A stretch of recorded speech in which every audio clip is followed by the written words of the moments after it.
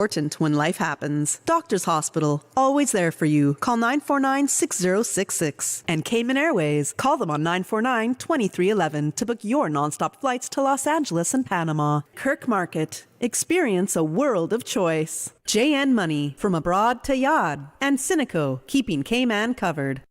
We ask our listeners and viewers to avoid any statements or comments which are abusive, derogatory, malicious, or defamatory. Do not use indecent language or make any statement that is false or misleading.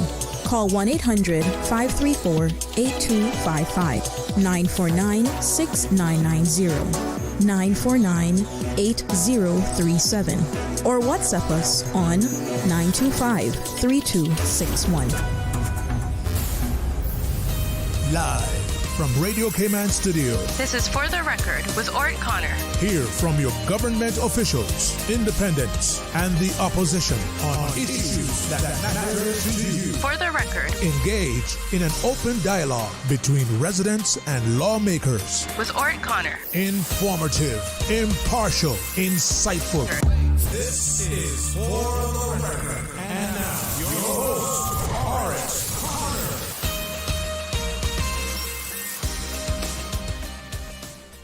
Good morning, good morning, good morning, O land of soft, fresh breezes and verdant trees so fair. Today is Monday, the second day of March 2026, right here in the beautiful Cayman Islands. We do hope and we trust that everyone had a restful, peaceful, enjoyable weekend.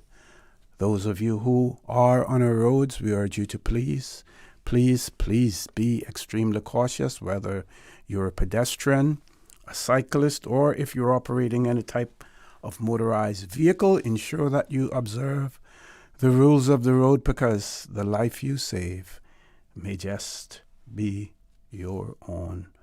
For those of you who are celebrating a birthday today, or if you've celebrated one over the past few days, we want to wish you a happy birthday or a happy belated birthday, whichever is applicable, and to remind you that For the Record birthday shoutouts brought to you by Coca-Cola. Coca-Cola proudly supports our birthday shoutout. Also, the credit union, Coca-Cola, available across the Cayman Islands. You should accept no substitutes. From generation to generation, Coca-Cola, still a Cayman classic. And of course, the credit union. The credit union looks forward to serving the Cayman community for the next 50 years and beyond. Those of you who have lost loved ones, again, we want to extend our sincere condolences to you. We hope and we trust that your faith will help to carry you through these extremely challenging times, and that the memories of your loved ones will be a blessing. Those of you who are ill and are either at home or at a medical facility here in the Cayman Islands or overseas, we wish you a speedy recovery. And of course, we want to give a huge shout out again this morning to our friend and colleague here at Radio Cayman, Mr. Joel Wilson. Hope you had a great weekend, and all the best to you as well. So folks, I want to thank you for allowing Radio Cayman, and by extension For the Record, into your homes, into your vehicles, as you traverse the busy roads of the Cayman Islands, into your places of work, wherever that may be. As you know, For the Record is a show produced by the staff and management of Radio Cayman, and it is geared towards keeping you abreast of issues as they arise and play out on the local, regional, and international scene. I am your host, Orrett Connor, and you're welcome to join me every Monday, Wednesday, and Friday from 7:30 a.m. until 10 a.m. During that period, our phone lines are open. Toll-free number provided courtesy of Flow, 1-800-534-8255. Also, two landlines, 949-8037, 949-6990. WhatsApp number 925-3261 as well. So we're going to look at the birthday shout-outs, and someone sent me on Friday a birthday shout-out which I missed, for someone who I think was 102 years old. I am without my personal phone this morning for a while, should have it soon. I'm asking you if you could please send those details to me on our WhatsApp number, 925-3261, 925-3261, so that I can share that information that I unfortunately missed on Friday. It was sent on my personal phone. I currently don't have my personal phone with me, so I'm asking you to please send it to our WhatsApp number. Meanwhile, let's look at the birthday shout-outs and those persons celebrating birthdays today. So Miss Carol Jackson is celebrating her birthday today. Miss Brenda J. Archer also celebrating her birthday today. I do believe that the Honorable D. Kurt Tibbetts also celebrate his birthday today, but I will try to confirm that as well. If any of you know that, please share that information with us right here on For the Record. On Sunday, Isis Reyes celebrated birthday. And upcoming birthdays, Miss Ingrid Sims will be celebrating her birthday tomorrow, the 3rd of March. Will Bignall also celebrating a birthday tomorrow. Donna Mitchell celebrating a birthday tomorrow. Miss Rosa Harris also celebrating a birthday tomorrow. And Jason Gilbert celebrating a birthday tomorrow as well. And again, those celebrating birthdays today, Miss Carol Jackson, Miss Brenda J. Archer also celebrating a birthday. So we want to wish everyone happy birthday, happy belated birthday, whichever is applicable. And to remind you that For the Record, birthday shout-outs proudly supported by Coca-Cola and the Credit Union. Coca-Cola available across the Cayman Islands.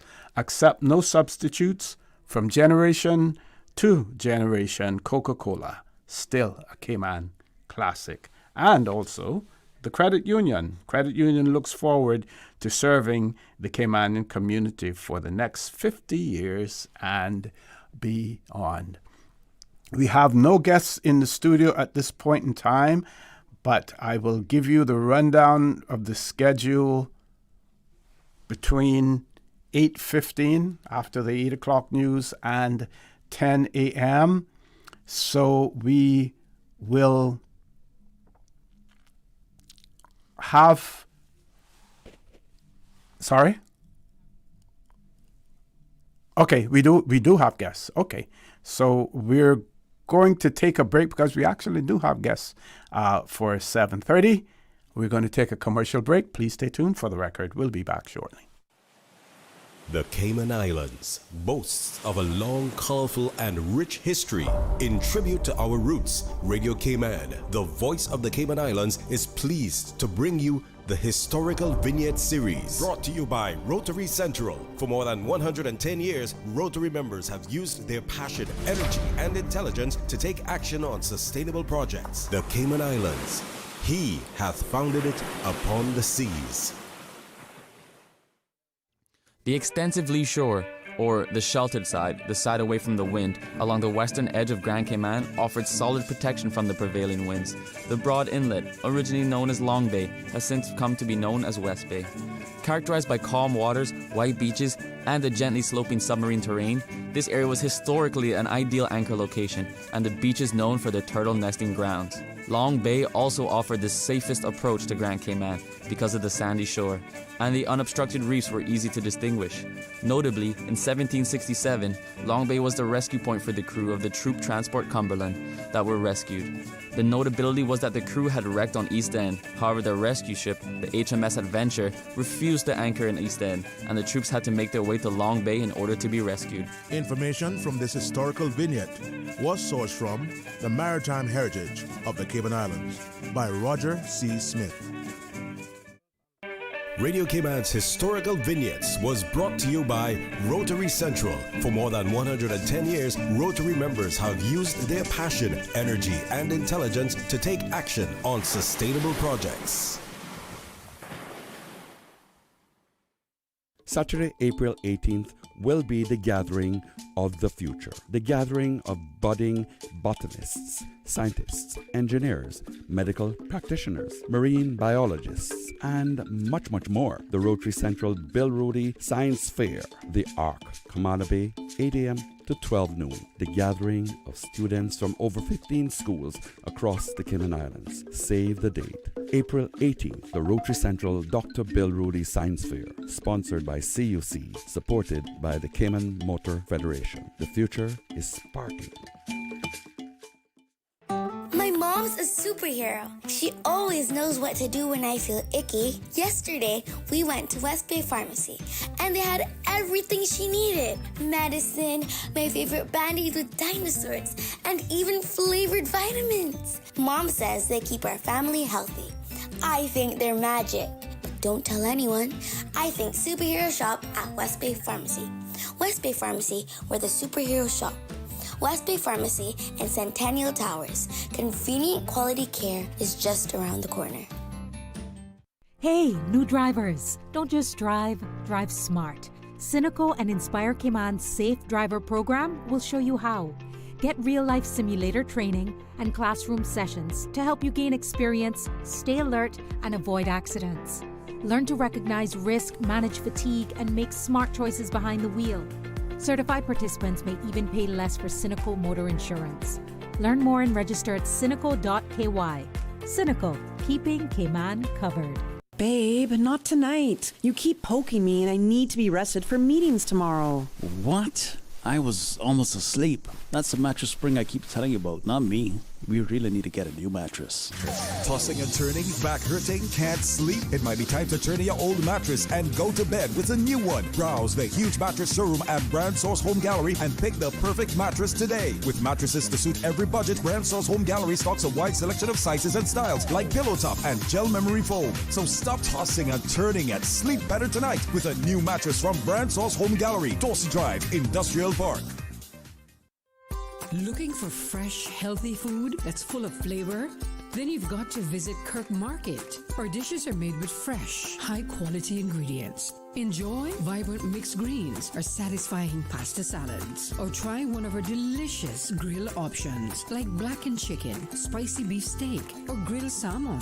Looking for something light and flavorful? We've got sushi rolls and poke bowls prepared daily.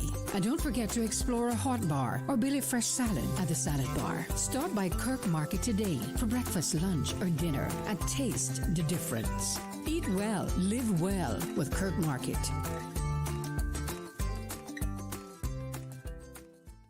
Yeah, let me tell you, no AC when I was a boy. I still remember just how good an ice cold Coca-Cola was.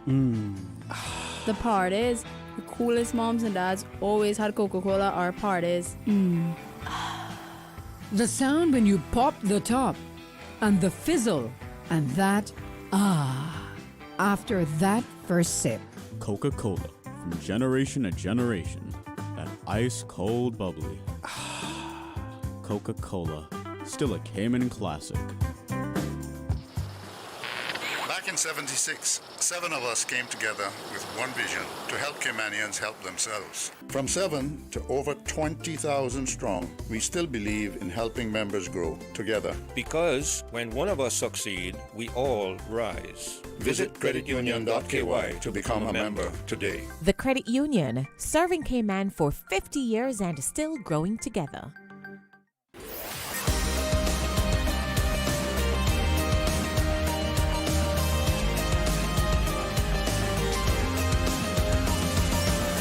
This is For the Record. Good morning and welcome back to For the Record. My apologies for the false alarm there. Actually, this booking had been made from January in anticipation of honoring Women's Month here in the Cayman Islands. So that's what we will be talking about. And I'm going to have my two guests in the studio introduce themselves to our listening and our viewing audience, and we will be talking about what has occurred so far, because of course today is the second day of March, and the entire month of March we will be celebrating honoring Women's Month as well. So folks, good morning, welcome to For the Record. Good morning. Good morning, O.C. Okay. Thank you for having us. I am Mita Day, and I'm head coach, and I'm one of the 3 people on the wellness team for the Department of Sports. No stranger to Radio Cayman.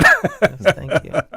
Good morning. Good My morning. name is Tristan Wezenhagen, and I'm one of the head coaches too, and also part of the Honoring Women's Month and Wellness team.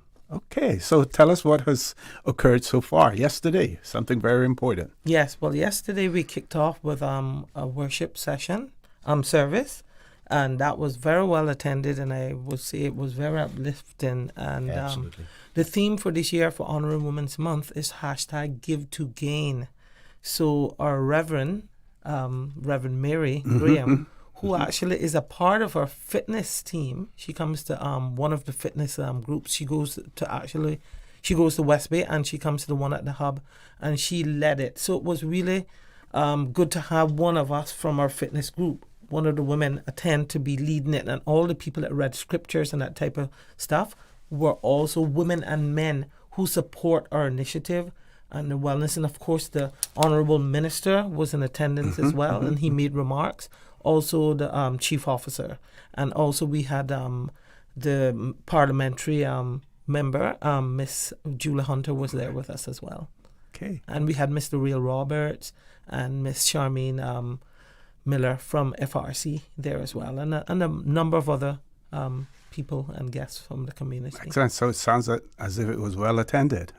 It was, and the service was based on living the given life, which tied into the theme of #GiveToGain, and all the scriptures spoke to those scenarios as well. So it was really well, and we ended up with a lovely breakfast, sponsored by Wellies, and then, of course, we had our gift certificate that we gifted to a person that volunteers, because they're key for us to run any event. And CUC, as usual, sponsored that. They're one of our sponsors. Excellent, excellent. So what else is on the schedule and the calendar for the entire month of March? Well, tell us about some we of have the a exciting whole things. series of events. So maybe I'll just kick off with some of them, and then Mita, you can take it over from there. So again, like Mita said, we had our church service yesterday, which was themed Living the Giving Life, and it was our kick-off session to basically, start and set the tone of the month. So we are very, very happy that it went well. Like Mita said, it was very well attended too, so I'm very happy with how that went, how we could start Honoring Women's Month this year. For tomorrow, we got our second event, and that is called Serving Without Losing Yourself, and that is done by our presenter, Siobhan Nixon. Yes, and Siobhan is a young Caymanian psychologist and counselor, and she will be speaking about how we can spread ourselves too thin. Saying, so basically, are you feeling stretched thin from always giving? So in alignment with this year's IWD, Honoring Women's Month theme, this community talk explores how we can all serve with purpose, but set healthy limits and continue to thrive. So that will be a really good one, and we encourage the community to come out. It's open to the public, and it's Honoring Women's Month, but as I said yesterday at the worship service, everything we do is with a team, and we have brothers, sisters, uncles, fathers, grandfathers, nephews, and we all come together. So it's open to men as well, and it will be a good talk. We'll kick off with some refreshments because we're aware that people are coming from work and they might need something to nibble on, and then the presentation itself will start off like around 6:20, But we'll start serving the refreshments from 6, and it'll be like an hour and 10 minutes or 15 minutes with Q&A. So we encourage people to come out to that. And the venue again? The venue is at the Intergenerational Hub, which is behind Price Right, Foster's Airport, 131 McLennan Drive, right next to DHL. Okay, and that is for tomorrow, Tuesday the 3rd. Okay, yes. Okay. Let's share some more. Yes, and then after that, we have our usual boot camp going on, but those are for people who have already registered. That will be this evening, so that's closed. On Wednesday, we also have another event that's already closed, and that's for our seniors, and it's a Fit Mind event. On the Tuesday morning at 10, the usual seniors class will continue, but it will be in the form of a boot camp at 10. They're already registered as well, but the one on Wednesday at 10 will run till 12:30, and we will see West Bay join East End, and some from Georgetown, and then some from all over the districts, coming from various districts in the Cayman Islands that come to the hub group, and this is for 6 to 5 and up, only men and women. And they will come together and they will do a number of activities, from bingos to dominoes, chess, fit mind games, game shows, some chair aerobics, and different things like that. And Northside and Bordentown apparently had an engagement with each other, so they're going to be meeting each other, so they won't miss out on this one. But that would be fun as well, and we'll have some refreshments for them. Like I say, the names are already listed for that, and that's already closed. Already registered coming from the districts, DCFS, community officers within those districts that we've been collaborating with. So we'll look forward to that. We try to do that not just in Honorary Women's Month, because we want to keep the seniors engaged. And I mean, that's one of my... I think Tristan as well. I really love working with that age group. They are so much fun, and you can learn so much from them. Yes, I really like to sit and talk with them all day. So that's what we're doing on Wednesday, the 4th. And then we go back to a boot camp on Thursday. And I think our next our next huge event is at the Kimpton. For International Women's Day, and that's on Sunday, the 8th of March, on the actual day. We always try to keep that on International Women's Day. And that's we're going to give you a teaser for that, because we're flying in a young Caymanian who's abroad, and I think a lot of people don't often know what some of us are doing on the global scene. And it's going to be an absolutely spectacular brunch. It's sold out. I believe we have one seat left on one table. Wow. And actually sold out in one day. Yes, pretty much. And we'll give you a teaser on that.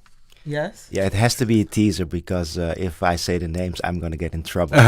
So we work with like a short description of who it is. And, if there's people that could make a guess, that is fine, but I cannot say the name. So one of our speakers, the one that Mita already gave a short introduction of, is going to be labeled as an athlete's mindset, powering global events. And I can say this much, she's within the 20 to 30 age group. Okay. And then we have another one, and that's within the 30 to 40 age group, and her title is Engineering Power on and Off the Field. Yep, and then the third one... she's in the 50 to 60 age group. Okay, correct. And that is going to be called Quintessential Nurturer of Olympians, Builder of Legacy. I could almost suspect who that is. You could almost suspect. And that's why last night we changed that name. because we had the name, we had it slightly different. We were like, oh, they're going to guess this easier. But if we change this around. And our panel moderator is also another powerhouse woman, which we won't say. So we will be featuring 4 powerhouse women, 1 panelist moderator, and 3 panelists. And I'm looking forward to that interview, because we met with them on Friday by Zoom for the sake of the one that's away. And that was just so interesting that we were supposed to meet for 1 hour, and I think it went over to 2.5 hours. Wow. Because we were just chatting with them so that the panel moderator could meet them and then get a feel for them, and then we knew what questions we we're going to ask because we want to be prepared. And I tell you, that just went in, that we just couldn't stop because it was so much information coming from each of them, touching on different topics and within their age group and their sphere, but yet tying back into each other. It was truly an amazing opportunity to be able to sit with Caymanian women that bring that to the table. It was truly amazing. And let's remind our audience of when that's going to take place. I'm sure everyone knows because everyone who has been booked for it. Yes, if there's only one seat remaining, so they all know. But let's remind our the public as well. That will be at the Kimpton Hotel Sunday coming, International Women's Day, March 8th, from 10 until 2. 10 to 2. But the good thing is after we do that, we hope to have them on Radio Cayman, so that they can talk more. But we didn't want to bring them on before because we didn't want to give away who they were, but also because one will be flown home, and we want to give a shout out to Cayman Airways for paying for her ticket. They have always paid for the last 3 years for the Caymanian that we fly home. Excellent. Because the years before it was Dr. Gillian Lawrence, who works with the Jamaican Reggae Girls football team. We flew her in the last 2 times. This young lady is Caymanian, true and true. Hailing, I won't say from where, but 2 powerful family names. And it's truly amazing what she's doing. I mean, OC, I don't think we realize what we have. We have a lot of Caymanians doing amazing things. And that's my mission for Honorary Women's Month, is to try and expose all of these things that are not known by people so that they could see what we have, and to highlight the achievements and celebrate the achievements of women who are paving the way in these different areas. And then hopefully that will move others to the same point. Precisely. And inspire others. Yes. Okay. Other events on the schedule? Yes. Absolutely. The next public event is going to be on March 16th, and we have called it the Department of Sports Fit Dance event, and it's themed out Her Move, Her Power. And that's with Unique. So we can't say that one. We can't say that one. That's another young Caymanian, and anybody that knows Unique would put her in one of those groups that you would think, oh, she's a bit heavy. She can't do these things, and she will keep up with her dance group just like any of the people that's 100 pounds. Wow. And I think it's important that we incorporate people of all shapes, sizes, and backgrounds, so that people could understand that nothing limits us. And that's going to be a fun session where we're going to do some fun moves, and it's open to the public, and we invite all the women to come out there and have fun and just let go. And she's going to be leading that session. That's at the Hub, and it starts at 6 p.m. On the 16th. On the 16th, Monday the 16th. Okay. Next event? Yep. The next event is the Intergenerational Games Night, and that goes up from ages 12 all the way up to 100. Or 110. Or 110, whatever we got. Yes. And that's at the Hub, and we've done that for 3 years, and that's been really, really successful. It's on a Friday evening, and it starts at 6, and it ends at about 9. And basically, we have all age groups there, and it's intergenerational, and they play games and have an enjoyable evening, and we have some refreshments there, courtesy of Wellies. And it's a real fun time. In the past, we've had Savannah United Church groups, youth groups join us from East End, also from Savannah. And then we have the various sports clubs whose athletes might come and join us. And then we have some of the seniors coming out of West Bay, East End, Bordentown, Georgetown. Just join us. It's open to the public. You don't need to reserve. We have the entire building book. We have downstairs and upstairs, so we can take up to a capacity of what we think. I mean, last time I think we had about maybe 7 to 9 or 80 people show up. And yes, it's really a fun evening. And we're collaborating with Youth Services Unit. They're working along with Department of Sports, so their staff and our staff will run that along with our volunteers. Excellent. We're almost running out of time, so I want to make sure that we cover all of the events. Yes. Quite some right to go, ahead. so Yes. I'll talk a little bit faster. Okay. So the next one is March 23rd, and that's a stretch and recovery session with Jermaine James. That is going to be held at the Hub again, and it starts at 6 o'clock. And that's open to the public. Open it's as a well. good stretch session. And space and mats will be limited, so we urge people to get there quickly. We have them, but I'm just saying that the space runs out. Okay, yes. To put the mats down. So that will be Monday the 23rd of March, 6 p.m. at the Hub. Okay. And no need to register, just show up. Show up. Yep. And be on time because we're starting at 6. Okay. And then the next one is a huge one for us. Because it's our inclusion event. It's Wednesday the 25th of March, and that's sponsored not only by the Ministry of Sports, CUC, and the Lions Club. They're giving us the Lions Center free, and they're going to be on a team. We're going to be teaming up with the Special Olympic athletes. So it's going to be the unified partner with 2 associate athletes and 2 sponsors on a team, and we're going to have a bocce tournament, and that's 5:30. And we will imagine that will go up until about 8:30 by the time we give awards and stuff, and refreshments will be served, and the public is urged to come out and support us. So we're hoping to have our minister teams, CUC teams, and the Lions teams teaming up with the bocce, the associate athletes. Excellent. And Miss Nicole Thompson and Daryl Rankin are on board with us.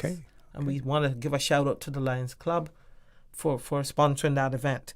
That's going to be a big event, we hope. And then Tristan, we end off on Saturday, the 28th of March. It's a public event as well, and it's empowering, women empowerment, featuring the John Gray High School Choir. I don't know if you heard them. They're amazing. Yes, I've heard really them amazing. Yes, and they're going to be there with us, and the focus will be on them. And because the theme this year is #GiveToGain, we're asking people that come in, we don't charge to get in, and we won't be charging, but there will be a little bucket there in front of the choir for people to put a donation in. Even if it's $1 or $5, anything will help to contribute to their, I think they're going on a tour this summer to Italy. And they're looking to fundraise. And then we will also be featuring the seniors, and some of the other women's groups will be there, and it will be some small panel discussions and a nibblers, people to be able to nibble, and some of the booths set up. So we're hoping that the public will support that. Last year that went very well, but this year the focus will be the John Gray High School Choir. They will sing for us.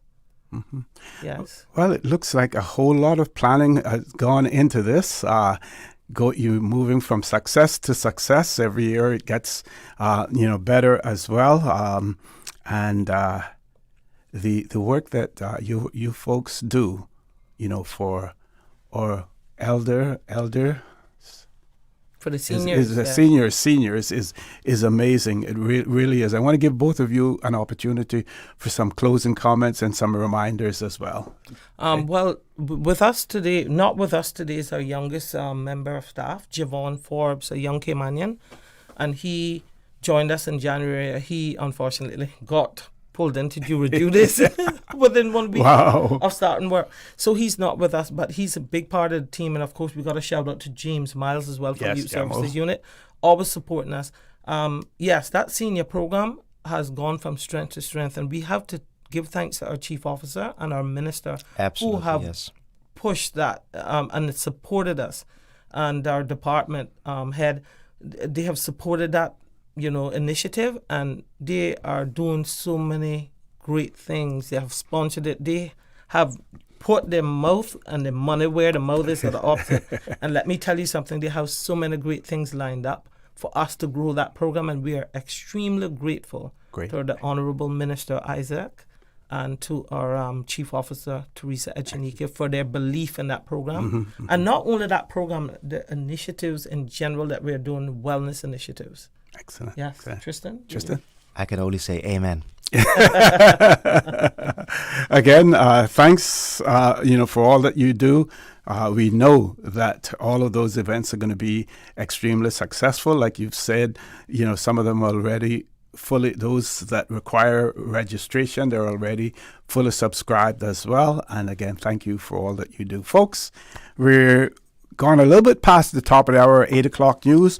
When we return in the next segment of the show, we will have the Honorable Speaker, Honorable Ezzard Miller, in the studio with us, along with Minister Honorable Katherine Ebanks-Wilks and Member of Parliament, Miss Julie Hunter. Miss Julie Hunter. They will be in the studio with us as well. Of course, this is, talking about honoring Women's Month, and what they will be talking about has to do with women parliamentarians as well. So please stay tuned for the record. We'll be back immediately after the 8 o'clock news. For today's biggest news, Radio Cayman, the voice of the Cayman Islands.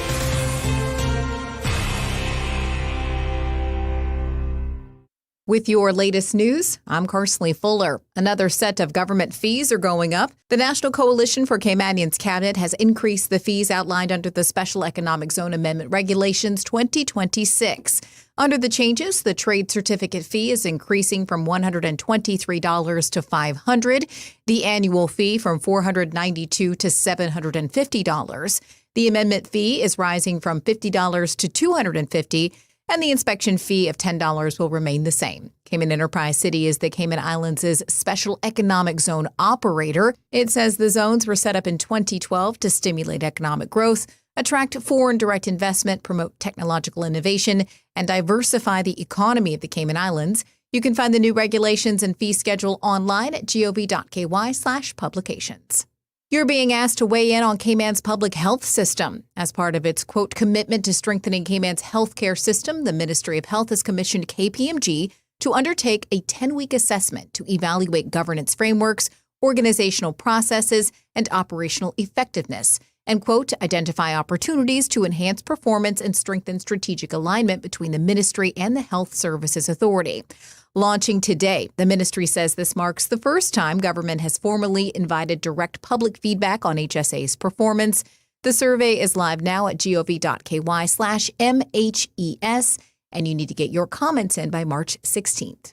In other news, it's a wrap on lobster season. CIG TV's Levita Thompson reports. Harvesting is strictly prohibited anywhere in Cayman waters from March 1st to November 30th. Anyone caught in possession of lobster or anything out of season will be prosecuted, and a judge will determine the penalty.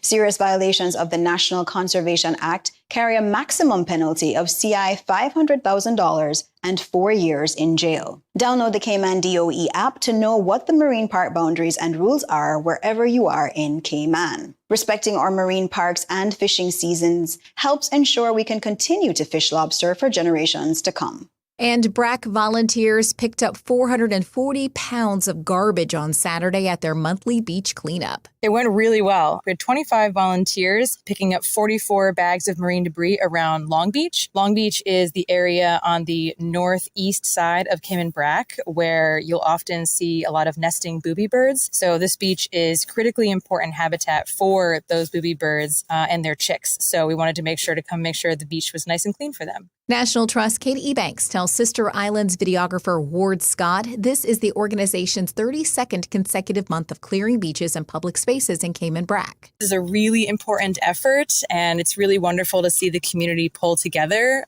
residents, visitors, all volunteering to make sure that we keep our beaches clean, not only just for the general beautification of our island home, but also, like I said, for these animals that really depend on clean beaches. Brown booby birds, nesting terns, and of course, nesting sea turtles as well. So it's just a really important project, and we appreciate everyone's efforts. In the past 32 months of National Trust cleanups, volunteers have collected more than 21,000 pounds of trash. Now with a check of international news, here's the BBC, which takes us out of the newscast. I'm Carsley Fuller. BBC News with Emily Thomas. The United States and 6 Gulf states have issued a joint statement saying retaliatory strikes by Iran represent a dangerous escalation that undermines stability. The US and 6 of its allies, Kuwait, Saudi Arabia, Bahrain, Qatar, Jordan and the UAE, describe the targeting of non-combatant states as reckless behaviour.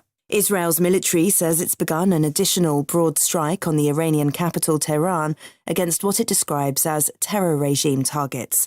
The United States has also continued to pummel Tehran for a third day. The Iranian Red Crescent say more than 550 people have been killed in the US and Israeli attacks so far. It's not clear whether that figure includes members of the security forces. The US military says 3 of its warplanes have been mistakenly shot down by Kuwait. All 6 crew members successfully ejected and have been recovered. Attacks on shipping and the closure of the Strait of Hormuz have sparked sharp rises in the prices of oil and gas. After 3 attacks on vessels on Sunday, 2 more have been reported today. World News from the BBC.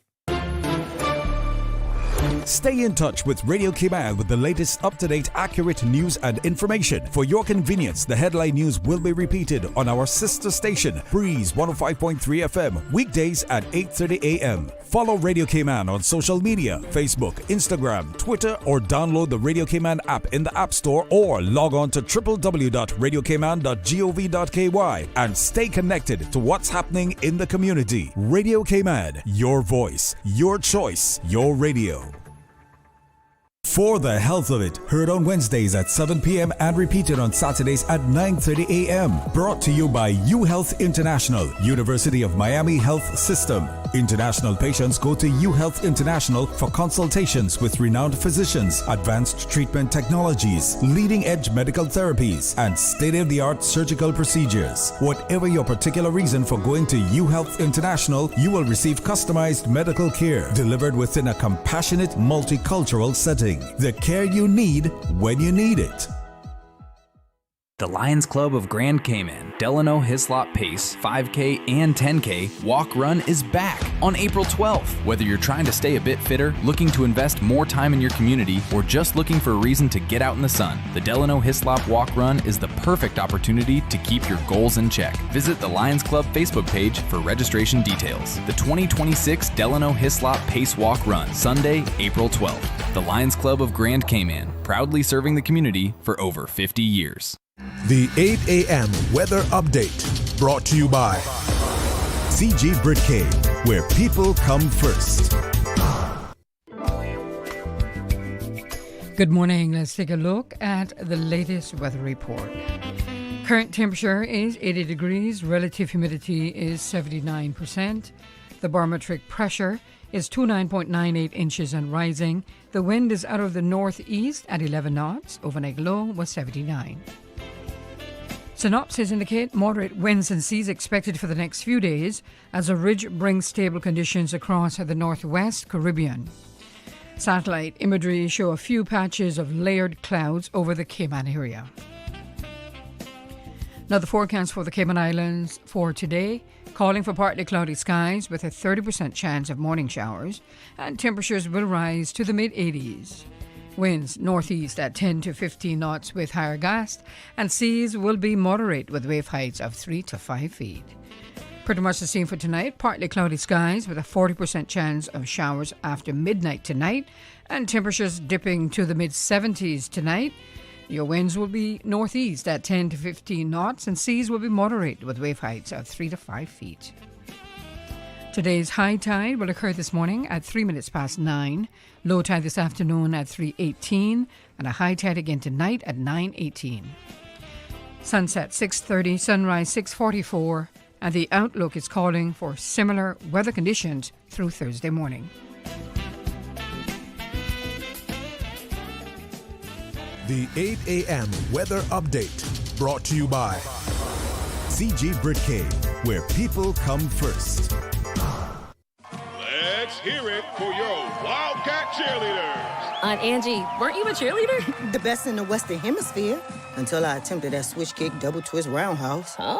Exactly. I must have been in the air for 20 seconds before I fell into that snare drum. I set a world record, though, and thankfully I could trust the CG Medical Portal with my claims. All 37 of them. The CG Medical Portal. Safe and secure. CG Britcade. Good like that.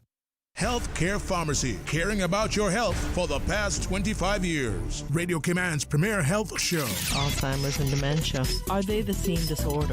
Yeah, I think that's a very important question.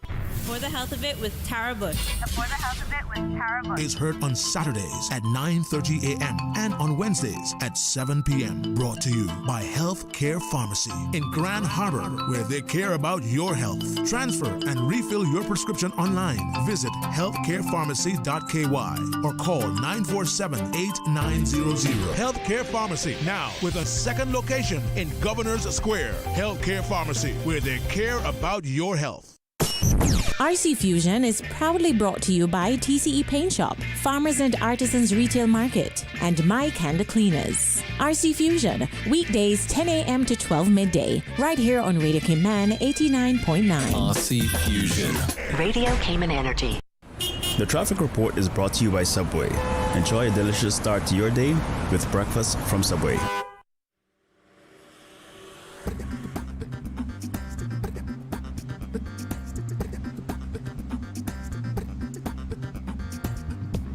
Good morning. Let's take a look at what's happening on our roads to see what's slowing and what's flowing. Coming from the east, further up on Shamrock Road and Rex Creighton Boulevard, moderate flow of traffic. Further down, a little different story as traffic is steadier as you approach the Linford Pearson Highway. Expect some delays. Slow moving traffic on Cool Road heading to Georgetown. Heading east on Cool Road, traffic is moving light to moderate, and a light to moderate traffic flow on Edward Street. Shedden Road moving at a moderate pace in both directions, and on the West Bay Road heading towards the Georgetown area in front of the Ritz. Traffic is steady, but heading to the West Bay area. Traffic moving at a moderate pace. Godfrey Nixon Way and Eastern Avenue flowing moderately in both directions. Industrial Park area, traffic is flowing pretty good, and that's what's happening on your roads. Join us again at about 10 minutes past 12. We'll give you another look at traffic. Craving something new? Dive into Subway's new seafood subs. 3 recipes inspired by the flavors of the coast, including the crunchy seafood bliss, the scrumptious chipotle tuna crunch, and the delicious breaded fish and ranch sub, made with our new breaded fish nuggets. Subway's new seafood subs. 3 recipes made to rock the boat. Only at Subway. The traffic report is brought to you by Subway. Enjoy a delicious start to your day with breakfast from Subway.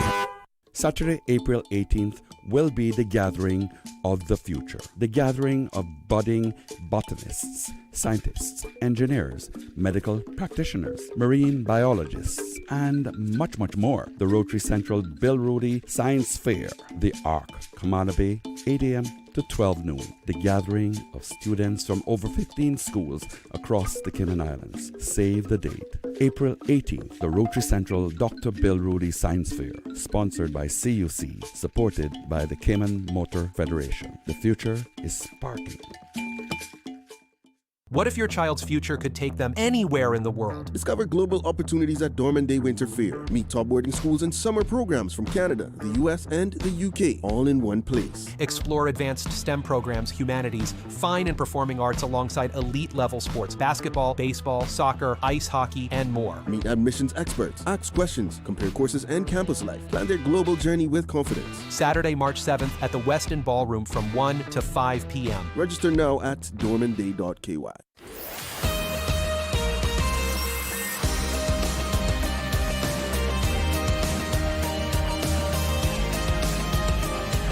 For the Record with Orrett Connor. Good morning and welcome back to For the Record. Before I introduce my guests, again, a few birthday shout-outs.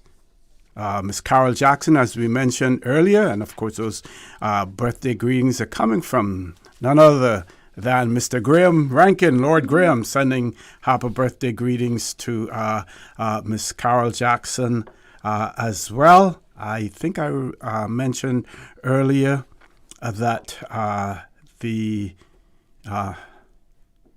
former leader of government business, Honorable Kurt Tibbetts' birthday today as well. I have also been asked to send birthday greetings to Casey Ann Powell, coming from her mother-in-law, Miss Omeria, and her birthday is today, the 2nd of March as well. I will continue to monitor these, but meanwhile, I have some very, very, very, very important guests in the studio, and I have to give my undivided attention to them this morning. We will be talking about the Commonwealth Women Parliamentarian. That conversation will be taking place with the Honourable D. Ezzard Miller, Speaker of our Parliament, the Honourable Katherine Ebanks-Wilks, and Miss Julia Hunter, Member of Parliament as well. So, folks, without any further comments, good morning. I will say welcome back to For the Record to all of you, because at some point in time you have been on the show on For the Record as well. The Honourable Speaker, of course, many times on Radio Cayman as well. But since he has now assumed the role of Speaker, we hear him, like what people say about me, I hear you every day. So we hear him, as our Speaker as well. Folks, good morning. Welcome. Good morning. It's good to be here. Okay, who's going to kick it off? Well, I think we'll see that the purpose we're here this morning is to promote the Cayman branch of the Commonwealth Women's Parliamentary Association. And I'm happy to have with me Minister Katherine and Miss Julie. Minister Katherine in particular has been very, very important in pushing this and getting it done in Cayman, and has dedicated a lot of time to get that organized. And the whole purpose of this is she recognized that there was not a structured forum at which women could be invited to advocate for women's issues and participate in the process of governance through contribution to legislation, advocating for issues that the government at the time might not be considering. So I think it's a wonderful thing, and I'm really happy to be involved in promoting it. Okay. Morning, Minister. OC, and morning to everyone who has tuned in. I'm so grateful for all those who are listening this morning. OC, before I begin, I want to just personally pause. I did on Friday, but for those who are listening today that might not have been on Friday, I want to personally thank the Honourable Speaker for continuing this movement for women's participation, to promote women's participation in Parliament.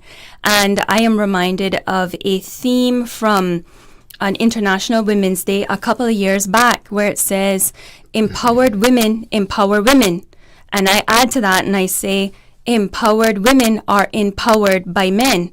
So, Mr. Speaker, again, sir, thank you very much on behalf of myself and all of the women parliamentarians for continuing this movement of establishing a Commonwealth Women's Parliamentary Association Cayman Islands branch. And it is a big deal for our country because we really are behind in this space. I mean, like if you look at some of the other countries that have established these caucuses, they did this like 10 years ago. So I'm just happy that we're here now and looking forward to working with all of the women who are elected. So we have a bipartisan approach and also the women in our community, because as we were speaking before we started the show, Mr. Speaker was just saying how important it is for women in our community to be involved. But we'll talk more about that throughout the show. I don't want to talk in a lot. I want to give Parliamentary Secretary an opportunity to speak. Certainly. Miss Julie?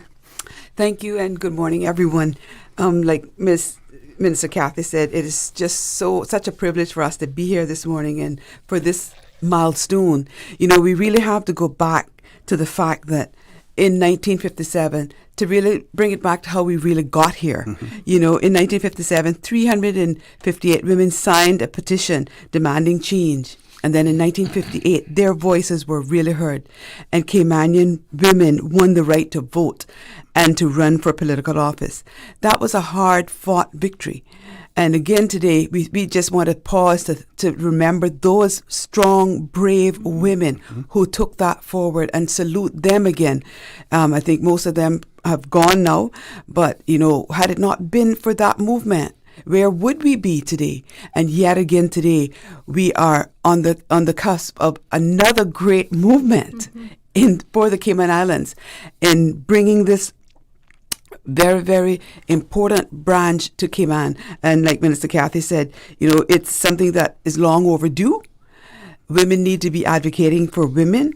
And, in the words of former parliamentarian Miss Lucille Seymour, who I really respect, and, her tenacity and drive, really propels us forward as well, because she continues to advocate for more women in Parliament. And in her words, she said, they're touched by a decision. Anyone that's touched by a decision should have a hand in it. Women need to be sitting on boards, and they need to be in the Legislative Assembly where they make decisions for their families, because women are good at that. And women are good at that, advocating for women. Yes. So we need more of that, and that's why we're here today. Okay. Mr. Speaker? Yeah, and just talk a bit about what's going to happen on Friday. We've invited a lady from Anguilla and Barbuda, Antigua. Miss Alicia, right? Yeah, Alicia. Sorry, Anguilla, you're right. Right. Oh. Who was the head of the region, the Caribbean and North American region of the Commonwealth Parliamentary Association, Women's Parliamentarian. And we've also hoped that we'll get a message from the current chairman, who's a Canadian lady. But we were going to have a formal session inside the Legislative Assembly with the guest speakers and stuff. And then we're going to have a reception out in the street in front of the Legislative Assembly. And we've invited 240 plus women. Anybody who feels that they should have been invited and we haven't yet got an invitation, please contact me or Miss Katherine or Miss Julie or some other member of Parliament, and we'll see if we can get you an invitation. We have on Friday we had 130 who have actually confirmed to attending. So we think we're off to a great start. And Mr. Speaker, if I can just add to that, I think that there are also a few members that still have their list of individuals to submit. So there are, if you haven't received an invitation and you are expecting one or you'd like to be there, just reach out to your member of Parliament. But I do know that some members haven't submitted their list. Okay. Okay, I think we should talk a little bit about how we hope this thing is going to function. Now, under the rules of the Commonwealth Parliamentary Association, the only people who can be full members and hold office in the Cayman Islands branch are actually the women who are sitting in Parliament. But they have the opportunity to invite from the wider public people who can come into an all-women's caucus and deal with specific issues. Because, as I think it was Hillary Clinton said, that women's rights are human rights and human rights are women's rights. And there's always important, we've always had good men representation down there. But I have found in my years involved in Parliament is that oftentimes the women bring something to the contribution that the men just have not thought of, simply because we're different people. So that's how it'll work in the wider school. Minister Katherine, can you talk about your role as a member of the CWP Steering Committee for the region? Yes. Oh, wow. That's actually really exciting. So that is a group of representatives from each one of the regions. You got the Caribbean region, Asia. I can't even think of Africa. Yeah, so it's like about 7 or 8 different regions that are represented, and sitting there, we talk about the different issues and the goals that this association is trying to champion. Actually, right now they're in the process of working through it's referred to as the Commonwealth Women Parliamentarians Work Plan. And so there's a number of objectives that have been set out. One of them is to increase the understanding of gender-sensitive parliaments and support the Commonwealth parliaments on their gender-sensitive journeys. Bearing in mind that some of these issues do not directly affect us here in Cayman, but then there are others, as P.S. Hunter spoke about, just the importance of having that women, the view of a female. And another one was, or is, to utilize and monitor gender strengthening funds with CPA branches. So again, this is something that, even Cayman will be able to hopefully tap into and utilize. And I'll stop on the third one. There's a few, but building capacity of women parliamentarians and enhancing knowledge sharing amongst women and male parliamentarians. So this group is actually working on, ensuring that the issues that the parliamentarians need to be aware of actually gone as far as even doing a course on how to establish an all-women's caucus on the Commonwealth Parliamentary Associations. They have an online school. So for, most parliamentarians who have time, there's great opportunities for further learning. And even persons in the community, not all of the courses are available to those in the public, but there are some that just gives you a better understanding on how parliaments work and the Westminster system. So that's a bit about what we do. And I will just stop by saying that I think the biggest highlight for me thus far, being on the steering committee, was having the opportunity to sit in for the chair of the Caribbean region, who was unable to attend the international conference. And so I was able to then sit with all of the ladies. So it was really, really a wonderful experience to see and hear what all of the other regions are experiencing.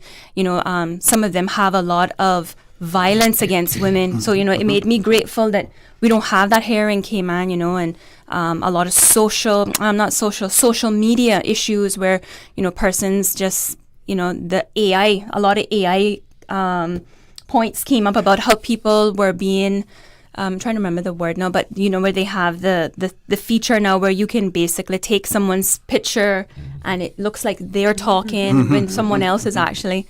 So a lot of other jurisdictions. Deep fakes? Yes, that's it. Thank you, deep fakes.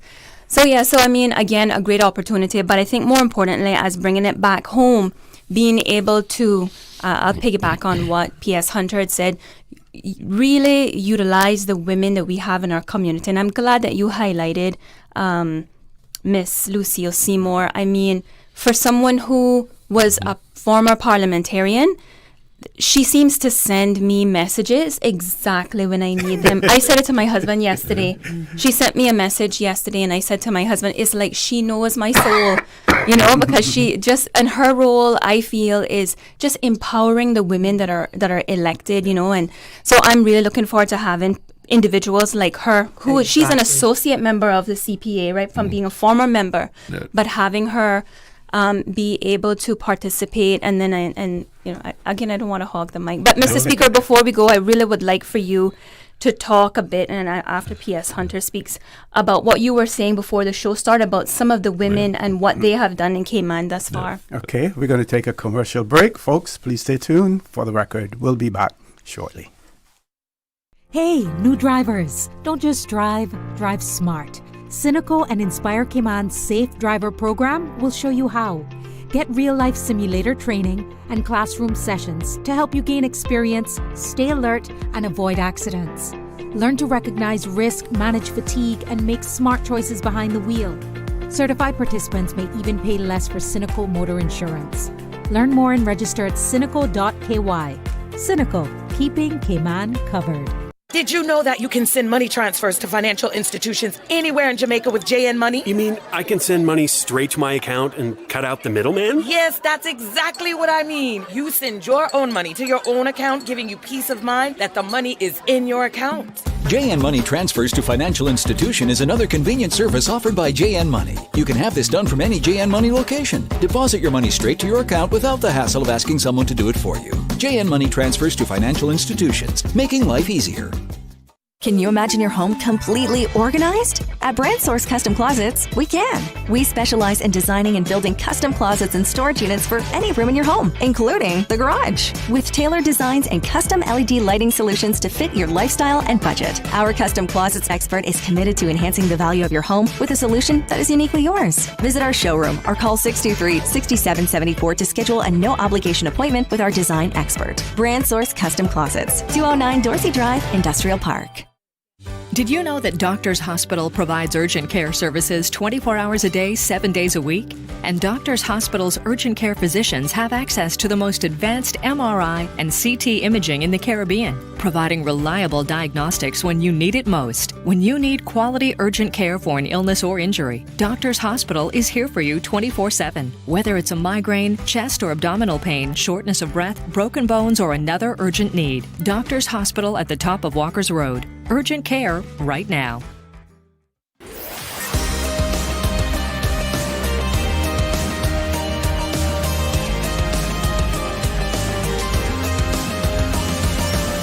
This is For the Record. Good morning and welcome back to For the Record. For those of you who are just joining us, my guests in the studio, the Honorable Speaker, Honorable D. Ezzard Miller, Honorable Katherine Ebanks-Wilks, and Parliamentary Secretary and Member of Parliament, Mrs. Julie Hunter. I believe we were going to go pass the mic over to Miss Julie. Yes, before we went to the commercial break. Miss Julie. I know, Mr. Speaker, went into a little bit about the purpose and vision, but I just want to underscore some of the aims of the branch, right? Talking about, of course, our Commonwealth Women's Parliamentary Branch that's going to be established in Cayman this coming Friday. And, of course, as we said, it's a very, very, very important milestone for us. So one of the aims, of course, is to strengthen women's leadership in public life and decision-making. Mm-hmm. Another one is to foster an inclusive parliamentary culture. And we talked a bit about that during the break, how that, including women into our decision-making. And when we get together as a women caucus, when it really gets functioning as we envision it that it will, as women come together, bring issues to our attention that, the old people always said 2 heads are better than one. There's many, many things that are happening in individuals' lives that they could bring forward to us that maybe we hadn't thought of. When I think of people like Ms. Daphne Orrett, and if she hadn't come forward years and years ago and brought the legislation to raise our age of consent, such an important law that we have today, the men did not think of that. In fact, she was only woman, I think, at that time that was in the Legislative Assembly at that time. And thankfully, she got the support of her male counterparts. But that was because of a woman. And we need women advocating for women's issues, right? Another thing that we hope that it will do is to ensure that women's voices are central in shaping laws, policies, and community outcomes. So, like we're saying, the more women that can come together and collaborate and decide what's important for us as women and our children, the men are supportive of this issue, and we thank the Honourable Speaker for his role in this. But many times it's the women that are going to think about the things that we as women in our community need to have at the forefront. So we're hoping that with the collaborative effort of more women, that we'll bring those issues to the forefront. And not only that, but when, like Minister Katherine was saying, when they see some of the things that they have brought to our attention actually come into legislation, they will then feel empowered and have that desire to throw their hat into the ring. Maybe in the next election, we might be able to get 10, which is our goal, 10 women parliamentarians on the bench. And tip the balance of power. Yep. How great would that be? And I'm calling that into existence. I had the opportunity on Friday to listen to Minister Katherine and the Deputy Speaker, Ms. Perlina McGaw-Lumsden, talk about Talk Today with Charlo, talk about the issue as well. And they also mention some of the constraints that women face in terms of their ability to participate actively in politics. And how do we overcome some of those hurdles? And, like Ms. Julie pointed out, if you start to see the fruits of your labor, then you want to throw more, place more emphasis on that labor as well. Ladies? And Osi, I'd like to chime in on that because when I was in Barbados, they had an open floor discussion. Women around each one of the, each region were given an opportunity to speak on their thoughts as it relates to women participation and women issues in their country. And I felt led to get up and speak because for me, I feel that what we are doing is exactly what women need to do. Instead of sitting around and saying, "Oh, the men don't see us," and "Oh, they're not paying us any attention," we need to get up and say, "Okay, we're gonna do what the men do. We're gonna network." And I spoke about this in Barbados, saying when we're at conferences, the men, when the conference is finished, the men go to the pubs. When you're in your jurisdiction, the men play golf, or what do women do? And so I use a reference of after conferences, when the conference is finished, the women can say, "Let's go to the mall," because we know women love to do retail therapy. But the point I'm making is we as women need to do our part with doing what the men do, which is network. And we talked about that on Friday, saying that is one of the challenges that women have because not every single woman will support another woman. And so that's the challenge, the charge that I want to the call to action, actually, that I want to continue to say to our Caymanian women, which is forget about whether you know someone or whether you like them. If you see a Caymanian woman advancing in her career, we see women becoming, CEOs and senior managers and doctors, celebrate them. And so we as leaders need to start by leading by example. So I am so happy to see that we are going to show the country that regardless of whether you sit in opposition or you sit on the government bench, we're sitting together because our responsibility is to bring the changes that the women in our community are expecting us to do. Mm-hmm. And Mr. Speaker, so how do we demonstrate to the wider public that this initiative is not just symbolic? But I think some of that is going to rely on the participation of the women. Mm-hmm, mm-hmm. But just to give a little bit of history of women in Parliament, as I remember, on a very bird's eye view, we had our national hero, Nurse Evelyn from Bordentown, who was one of the first women elected. And then we had Miss Annie. And Miss Annie left a great mark, and her mantra in Parliament was morals, ethics, Christianity, and she was not afraid to get out in Parliament and call the women out in the way they were dressing or anything else, but she stood her ground for that. I remember when the Queen was here and she told her about long may you reign. And I met the Queen in London after that, right? And first person she asked me about in Cayman was Miss Annie. Really? What was Miss Annie doing? Oh, right? wow. It's an indelible mark on her. Wow. Then you had, as was mentioned before, Miss Daphne, who advocated amongst men, and I was probably one of the first ones that she came to with a proposal. I may even have seconded her motion for it, but I'm getting old, so I don't necessarily remember that now. About raising the age of consent for young women.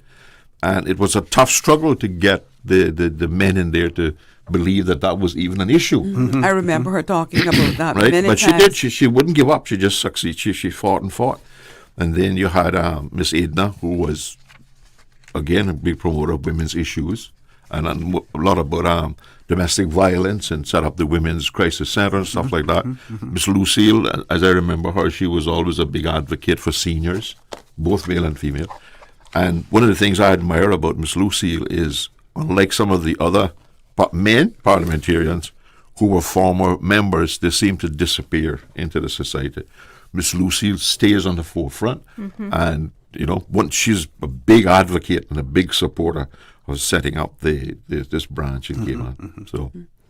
Excellent. And then Miss Julia, but Miss Julia was more in the wider administration of government and being in the ministerial and looking after the country on a broad perspective. And then, so.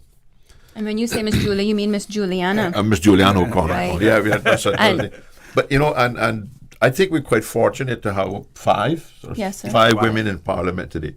And one of the bigger things that the Commonwealth Parliamentary Association promotes is gender equity. There are some countries who are considering all kinds of things and how to get more women elected, and even making it a requirement that so many, each party put up so many women in the election and stuff like that. Yes. But I think here in Cayman we can rely on the women's and their performance in Parliament to encourage other people. And one of my big hopes from this Commonwealth Parliamentary Women's thing is that we will get more women, and there's several opportunities coming up that they can actually involve women. You've heard the government announce that they're reviewing the pension, they're reviewing the labor legislation. Those are major legislations in which women need to play a very active role, in particularly like the labor law, to make sure that the children are not abused and make sure that the women are not abused and that there's equal opportunity for everybody. So my hope is that they will be able to invite people. Now, again, I'm going to say to the women in the private sector, when you get invited, please accept the invitation, do the necessary research, come to the meetings so you can make a contribution to what and influence positively what we're doing. Okay, Mr. Speaker. So on the other side of the commercial break, what you said is so timely, and I'd like you all to respond to one of our listeners who wrote in and said, can your panelists comment on women soon to be retired at age 70 and men? They want to get your views, on that as well. I want to thank that listener for that question. We will have our panelists respond as soon as we return from this commercial break, so please stay tuned. For the record, we'll be back shortly. Accidents and illnesses can strike without warning. Ouch! When it comes to urgent care, every second counts. At Doctors Hospital, we have a dedicated team of experienced doctors and nursing staff available to you 24 hours a day, 7 days a week. Don't waste time in an overcrowded emergency room when you need urgent care. Whether it's a broken bone, a severe infection, or a sudden illness, trust in Doctors Hospital's unwavering dedication to providing the best immediate care. For complete urgent care when you need it the most, choose Doctors Hospital, located in Georgetown, 16 Middle Road. Looking for fresh, healthy food that's full of flavor? Then you've got to visit Kirk Market. Our dishes are made with fresh, high-quality ingredients. Enjoy vibrant mixed greens or satisfying pasta salads. Or try one of our delicious grill options like blackened chicken, spicy beef steak, or grilled salmon. Looking for something light and flavorful? We've got sushi rolls and poke bowls prepared daily. And don't forget to explore a hot bar or Billy Fresh salad at the salad bar. Stop by Kirk Market today for breakfast, lunch, or dinner and taste the difference. Eat well, live well with Kirk Market. At Kirk's Home Center, we can make your life much better. We got it all together. We got a great deal in store for you. From cookware to stereos, from power tools to plumbing supplies. Yeah, we got the best goods with the best price and a service to make you smile. Kirk's Home Center, we got a great deal in store for you. For 50 years, Radio Cayman has been the heartbeat of our islands, informing, connecting, and giving Cayman a voice. From breaking news to community stories, the journey continues. Radio Cayman, 50 years of excellence and still going strong. Radio Cayman, maintaining the innovation. On a daily basis, making it easy to connect with you, our listeners. Add us to WhatsApp today, 925-3261. That's 925-3261. Radio Cayman. Send a text or voice note. Message us at 925-3261 on WhatsApp today and get active with Radio Cayman. Radio Cayman, the voice of the Cayman Islands. Radio Cayman, maintaining the innovation.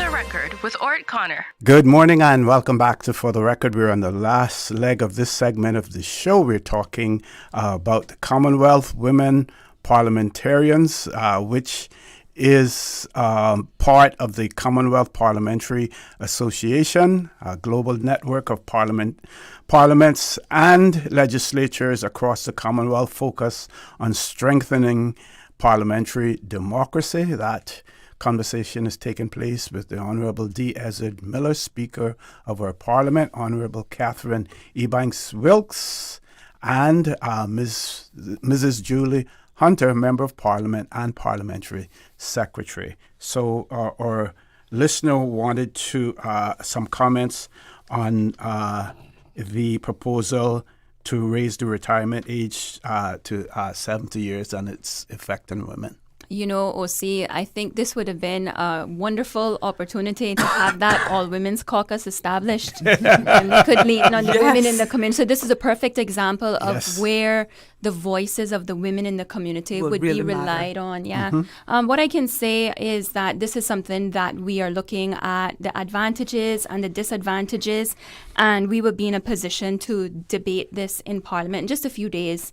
But it's not a simple, clean cut to just come right out and say we support it or we don't support it, because there's a lot of implications. You know, some people might see advantages, others will see disadvantages. So by the time we get down to Parliament, we'll be in a position to really expand and share to the public on, you know, our position on the matter, on the motion. Mm-hmm.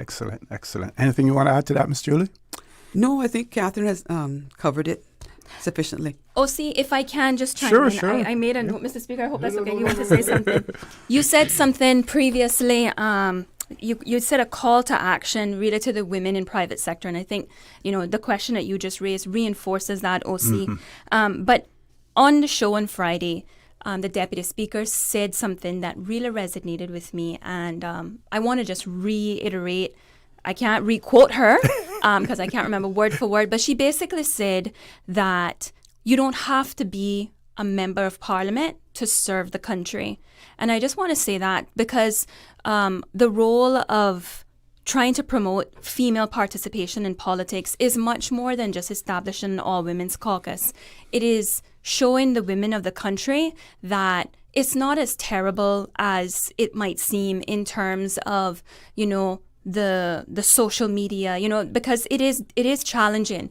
But the role that we have is to show the women in our country that it's not as challenging as, you know, once you get in and you start to, I'm sure P.S. Hunter has probably had her moments where it's like, is this really what I've signed up for? The work-life balance. And so what some of the other countries are doing is they've actually gone as far, and I was laughing because I said, I highly doubt we'd see this happen in Cayman, but they've gone as far as to set up like nurseries at their parliament so that women who have children that are at breastfeeding age can actually have their children brought to the parliament, and they can breastfeed their babies while because their parliament's going for quite a long time as well. And then they have some parliaments have it where they encourage families to come to the parliament to have dinner with it, whether it's a male or a female, right? So what I wanted to say was, whilst there's so many different responsibilities that we have to think about all of those different things that keep women from wanting to go into public office. I think one of the biggest ones is for women who have young children is like, I can't make that sacrifice. That's a big personal sacrifice to me, to my children, to my spouse. But again, to just say to those women who are not willing to make that sacrifice, then this is your opportunity to still serve the country. Exactly. And I wanted to just capitalize on what Honourable Perlina had said, because I felt that was exactly the call to action that we needed to say to the women in our country. Mm-hmm. And just adding to what Minister Katherine is saying, we have to remember that the theme is so relevant, give to gain. That's so true. Mm-hmm. Yes, and we are launching this on such an historic day anyway, International Women's Day, with the theme give to gain. And what we have to remember is we can gain so much if we give. We give to gain. If you remember the story of the widow's mite, she gave all that she had, just a little mite thrown in. But how was she regarded? Jesus said she gave all her all, And so if you think about that story, when we give what we can and what we can do for our country, we gain a lot. And as a group of collective women getting together, like Ms. Katherine was saying, if we support each other, there is no telling what we can come up with to support each other and to help us with those barriers that would bar some of us from wanting to go into political office. There are different things that you can do, and getting together to put our voices together, put our strengths together. I'm sure that we can overcome a lot of the barriers that people come up with, and the barriers can be broken down one at a time. I think of the gender inequality that we have right now. And that's one of the reasons that some women do not want to serve, because they tell you plain, I can't handle all that testosterone in the room. I mean, that's a big thing with some women. And they say, how do you guys manage that? It's a complete different atmosphere when you get guys together than when you get women together. So the more of us that are together, the more the testosterone is going to be broken down. Yeah. So I want to get that message out there as well. We need your help, and we need your participation in this process to help with the barriers that we're trying to break down. The barrier with the young children is just one. Financial is another barrier that we need to break down. And so that support also comes in there. There's ways that we can network to, again, break that barrier. Mm-hmm. And the culture in some countries as well is a huge barrier to women participating. And yes. Thankfully, here in the Cayman Islands, we don't. That's not such a great barrier. Yes, precisely. I grew up with women everything that came and all the men went to see. But Lucy, I'm also hoping that the women out there, the influencers, the women who are influencers in society, who are the managing partners in the law firms, who are the managing partners in the accounting firms, who are the big up in the civil service, I would hope that they would make the effort to invite the 5 women from Parliament into their offices to have lunch, yes, talk about things, because I think it needs to be a two-way street, And I think that they would find a great opportunity there in bringing people in. And I'm hoping that after Friday, and the women will see the opportunity, they will seize the opportunity, and they won't just sit back and wait for just the 5 women in Parliament to take action. I think that if they was to invite the stuff that is coming up before the legislature, there's nothing wrong with them inviting them to they do it with the men, I can tell you. I mean, I turn down many invitations, right? But I'm hoping that kind of dynamic will come out of it. Okay. I believe we have a former member of Parliament on the phone with us. So let's can we grab that call before we leave? Caller, good morning. Welcome to For the Record. Good morning. I want to know what this is about, former member. You didn't know what. I knew who it was, but I have to play the role of the moderator. Yeah. Morning, everybody. Morning. Morning, sir. I just wanted to call in to say that add my voice and support to the efforts. However, I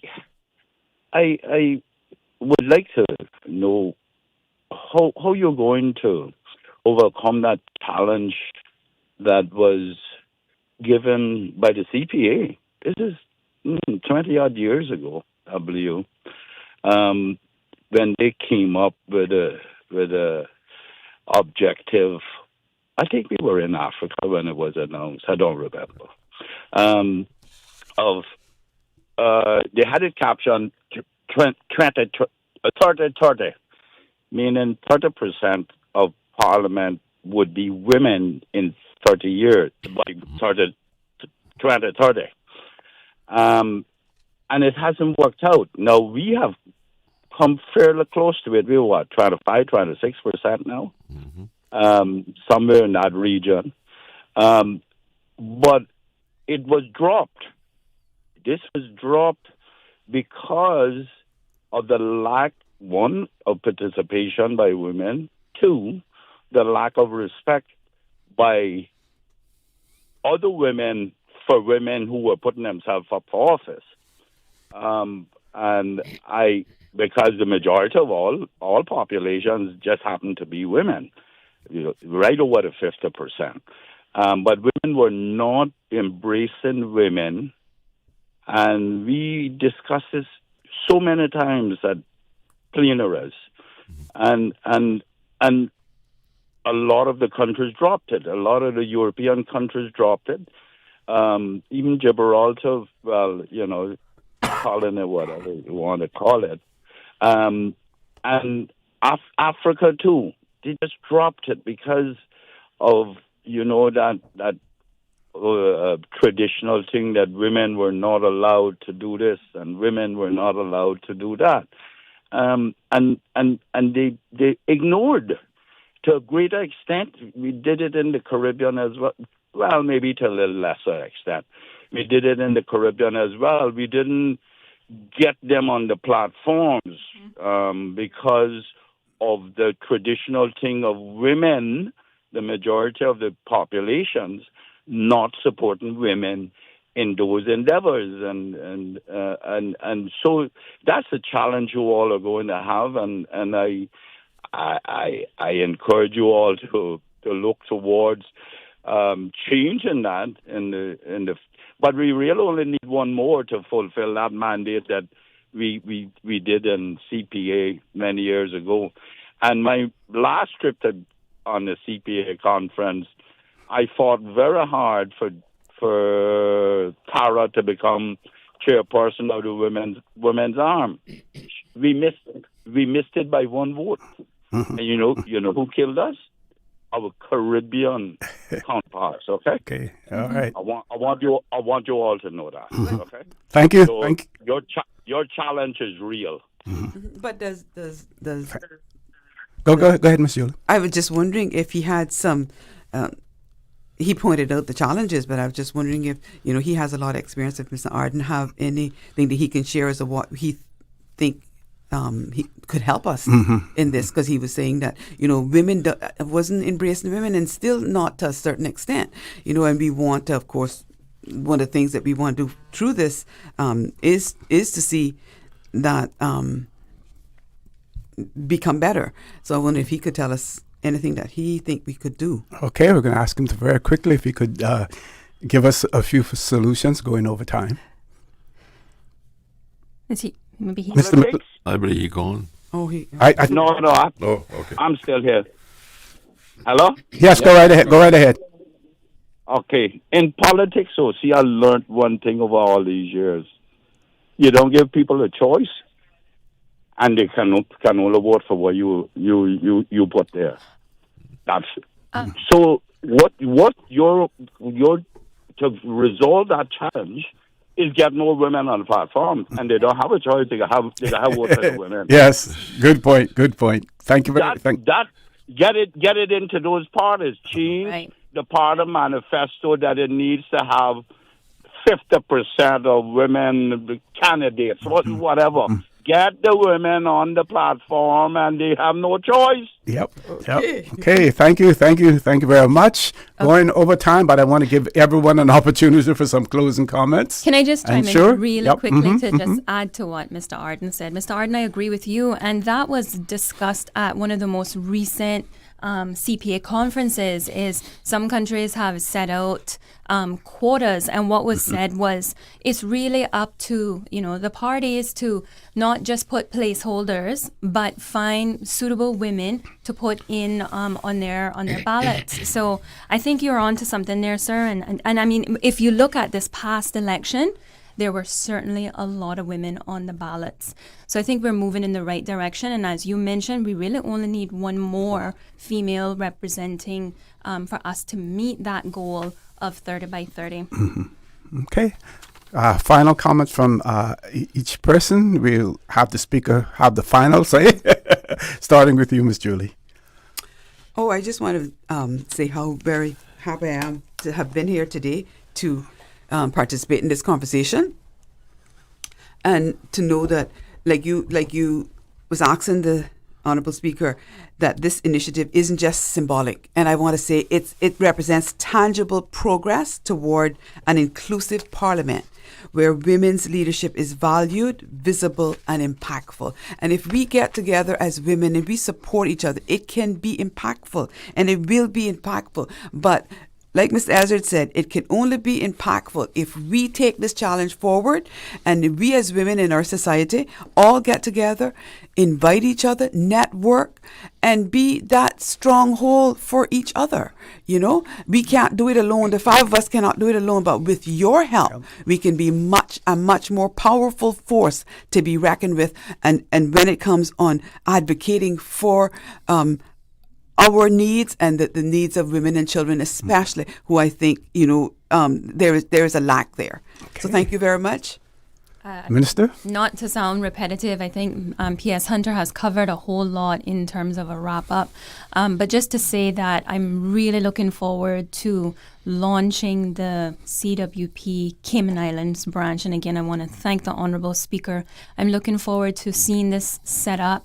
And I know for certain that our Honourable Premier has already said, just in casual conversations, that he is looking forward to meeting with the Women's Caucus to get their collective concerns and be able to ensure that the the mandate of the caucus is moved forward. So again, I just want to thank you, OC, for giving us an opportunity to come on and have this discussion, Mr. Speaker. I think you are doing a wonderful job with promoting participation and participatory democracy in our country. I'm certainly happy that the Cayman Islands has you as the Speaker of Parliament.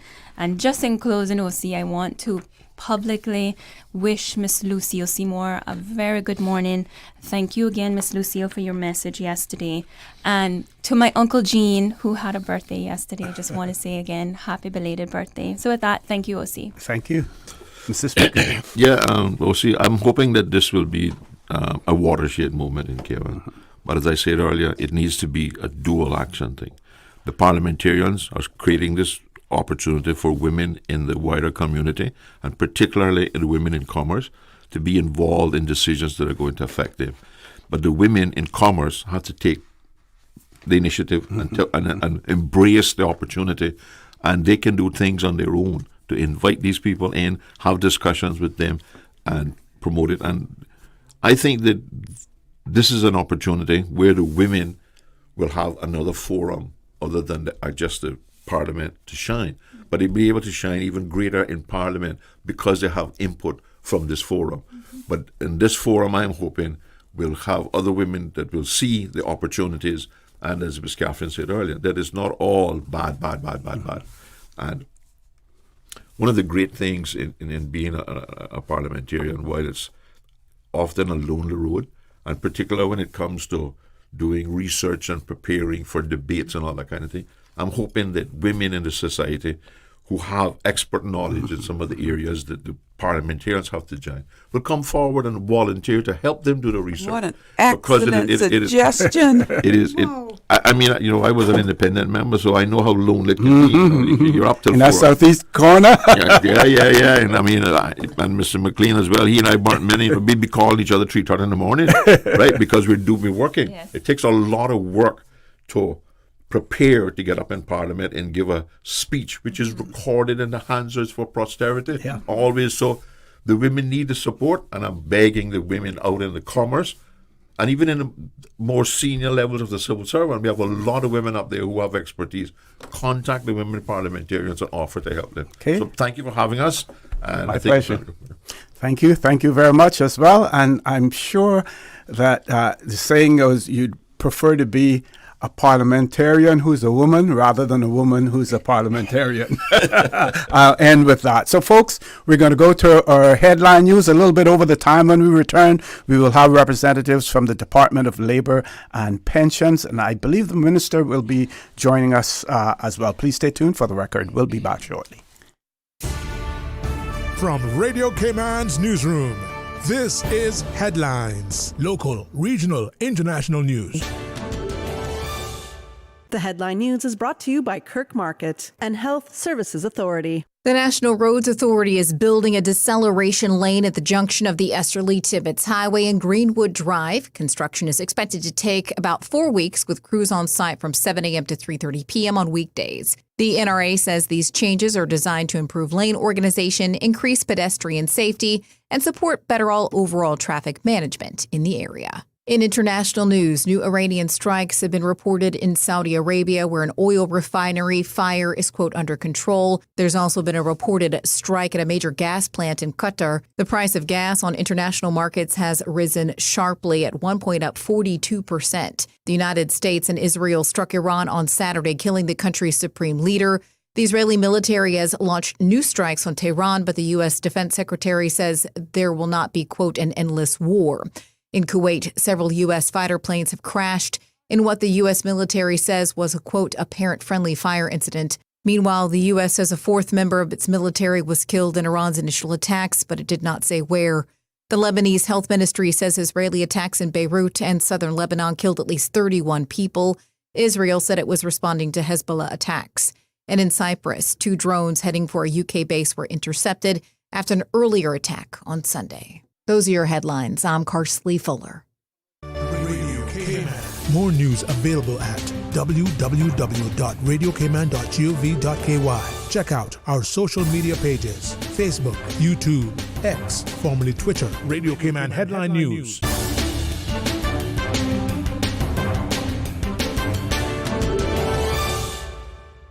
At HSA, we strive to provide the highest standard of care with compassion, integrity, and dedication. And so we say thank you, Cayman, for continuing to make us the most awarded organization on island by voting us the best of Cayman Islands in 9 medical categories. Your support reminds us why we do what we do, to serve the Cayman community with kindness and excellence. To find out more about our award-winning services, visit hsa.ky. At HSA, we are committed to caring for you. Looking for fresh, healthy food that's full of flavor? Then you've got to visit Kirk Market. Our dishes are made with fresh, high-quality ingredients. Enjoy vibrant mixed greens or satisfying pasta salads. Or try one of our delicious grill options like blackened chicken, spicy beef steak, or grilled salmon. Looking for something light and flavorful? We've got sushi rolls and poke bowls prepared daily. And don't forget to explore a hot bar or Billy Fresh salad at the salad bar. Stop by Kirk Market today for breakfast, lunch, or dinner and taste the difference. Eat well, live well with Kirk Market. My mom's a superhero. She always knows what to do when I feel icky. Yesterday, we went to West Bay Pharmacy, and they had everything she needed. Medicine, my favorite Band-Aids with dinosaurs, and even flavored vitamins. Mom says they keep our family healthy. I think they're magic. But don't tell anyone. I think superhero shop at West Bay Pharmacy. West Bay Pharmacy, where the superheroes shop. West Bay Pharmacy and Centennial Towers. Convenient quality care is just around the corner. There you go, sir. Thanks for choosing JN Money Transfer. Boy, thanks to JN Money Transfer, I can stay right here in Cayman and pay mama bills back home in Jamaica. Her water, light, phone, and other bills never late. Every month I pay everything in one place. Make payments to over 30 companies in Jamaica through JN Money Transfer. Fast, affordable, convenient. Call 1-800-744-1163 for details.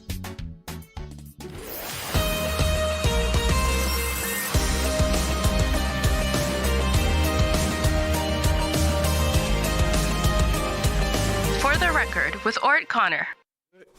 Good morning and welcome back to For the Record. Busy studio this morning, but we hope and we trust that everyone has been able to follow the show and been able to comprehend all of the things that are taking place in talking about Women's Month, and then talking about the Women's Parliamentary Conference and the branch that is being established here in the Cayman Islands.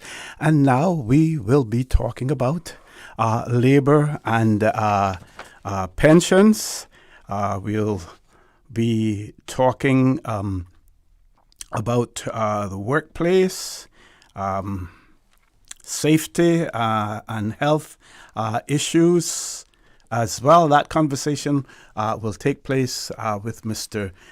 Gene Hides and Mr. Bulgin. What's the first name again? Sorry. Carlisle Bulgin. Mr. Carlisle Bulgin, but rather than me introducing them, I'm going to have them introduce themselves. Gentlemen, good morning. Welcome to For the Record. Tell our listeners and our viewers exactly who you are and what you do within the Department of Labor and Pensions. Sorry. Good morning, NOC, and thanks again for having us. My name is Gene Hides. I'm head of inspections at the Department of Labor and Pensions. I oversee the inspections unit, which is mandated to ensure that employers are complying with the labor and pensions legislation. Good morning, OC. My name is Carlisle Bulgin. I'm a senior inspector within the inspections unit. The head of inspections is Mr. Gene, so as he said, he will issue certain directives, and we follow them to make sure businesses and individuals remain compliant with the Labor Act. Okay, and I want to say to our listening and viewing audience as well that this is a part of an ongoing initiative by Minister Miles in terms of making his those persons and departments that fall under his purview more accessible and to provide you, the public, with all of the information that you will need. So, gentlemen, my first question before we focus on the talking points is that the new minimum wage came into effect on 1st of January of this year. Can you give us your observations on that, in terms of what has transpired so far?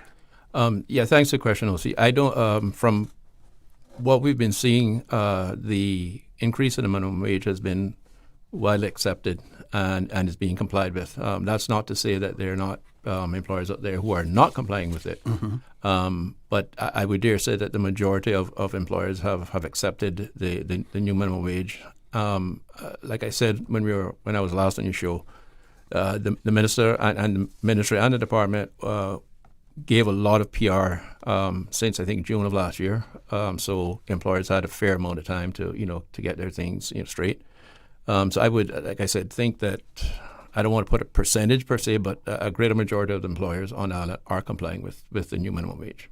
Okay. Anything you want to add to that, Mr. Bulgin? No, he pretty much said it all. Everyone has, if there's any questions, a lot of persons to call the office and see queries to make sure that they're on the right side. So it's been going good so far. Okay, so let's go on to the topic of inspections and talk about the type of inspections that you have and what they entail. All right, OC, the inspections unit basically has three types of inspections that we do: a routine, a complete, and a follow-up closure. The routine is more or less of a proactive sort of inspection where we target certain industries or look at certain industries. The complete is more of a reactive, and this could be from information that we received, or could also be a request for an inspection from one of the other units within the department. They're seeing certain trends with certain employers, maybe not paying overtime or not paying sick pay, and that would trigger us to do an inspection. And then for all two, we always, at all times, do a closure inspection, which we make sure that the employer has basically done what we asked them to do.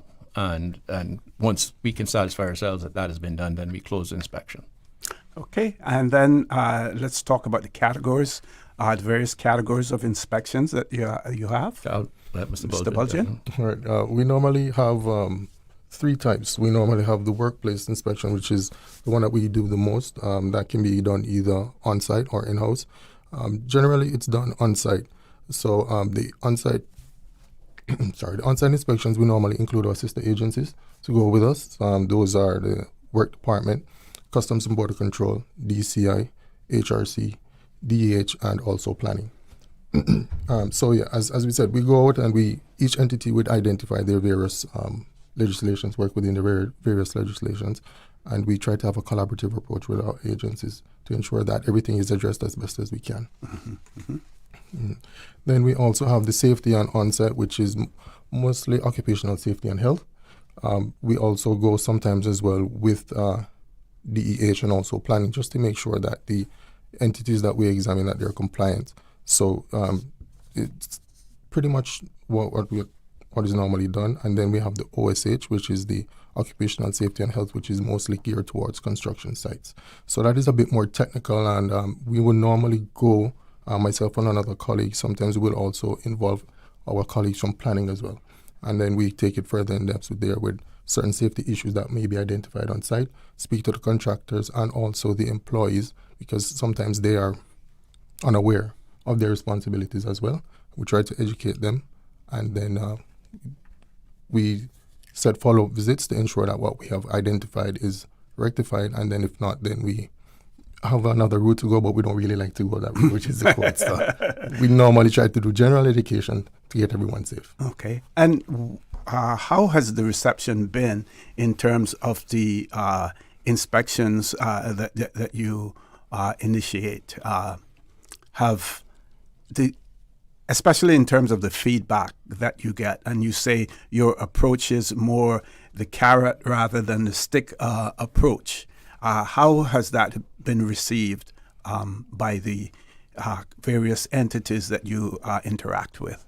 Well, I think a lot of times employers are kind of struck by getting a request for certain documentation, but when they find out that it's more of an educational compliance versus we coming down on you type of inspection, they respond very well. And most of the time, when we find issues, no matter how big or small they are, employers are generally accept the issues and correct them going forward.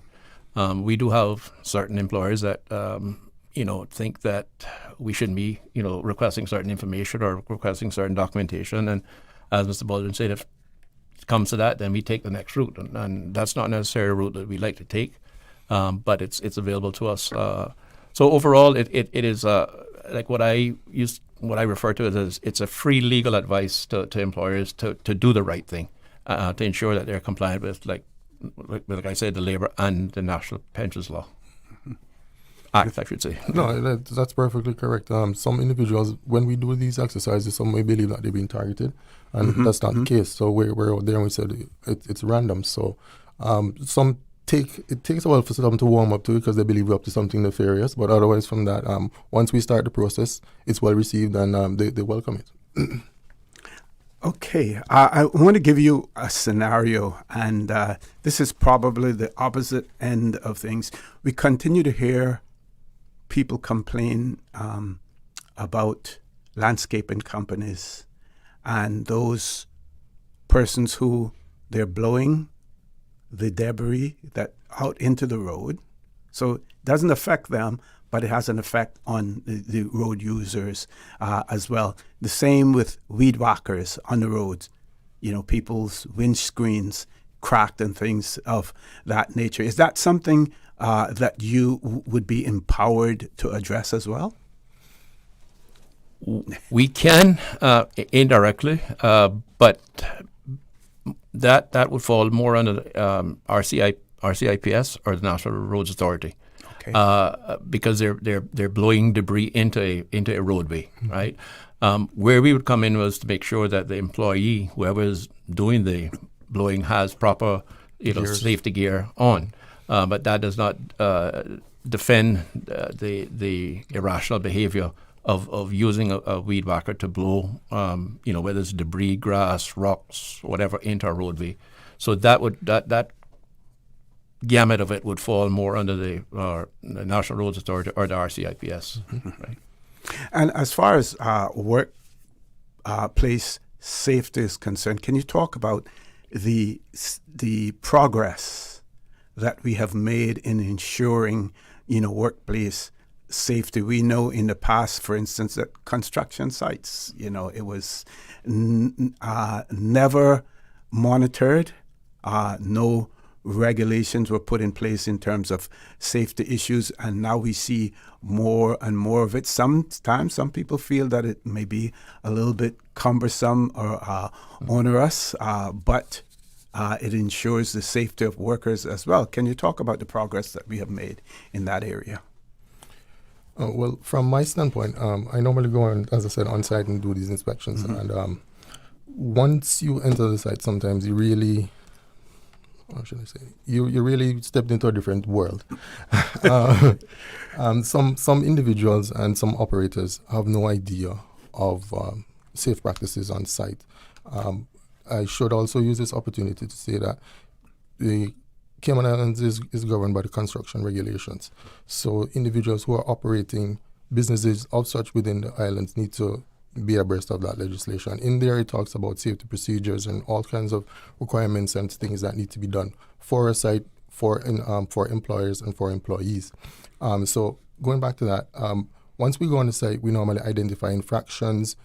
As I said, we give them a directive normally within 5 days? Within 7 days for them to comply. Okay.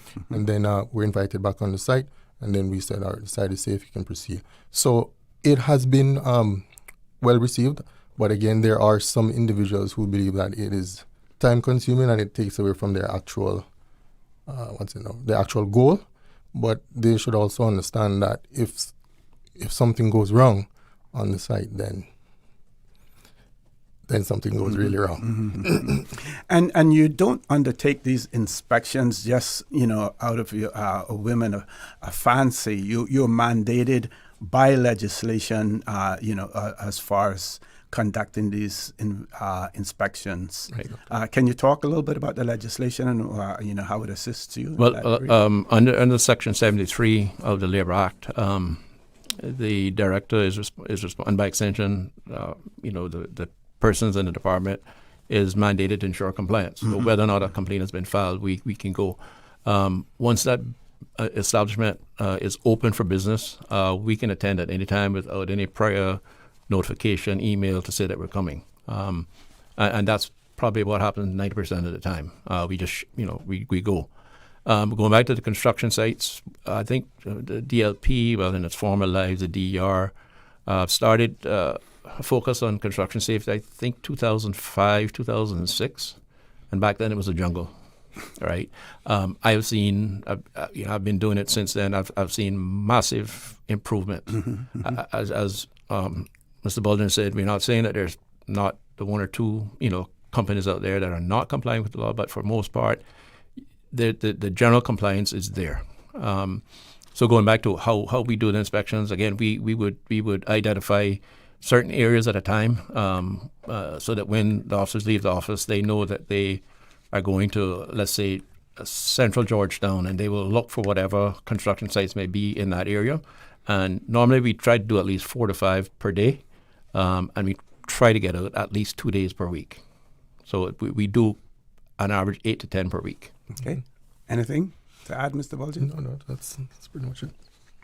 Okay.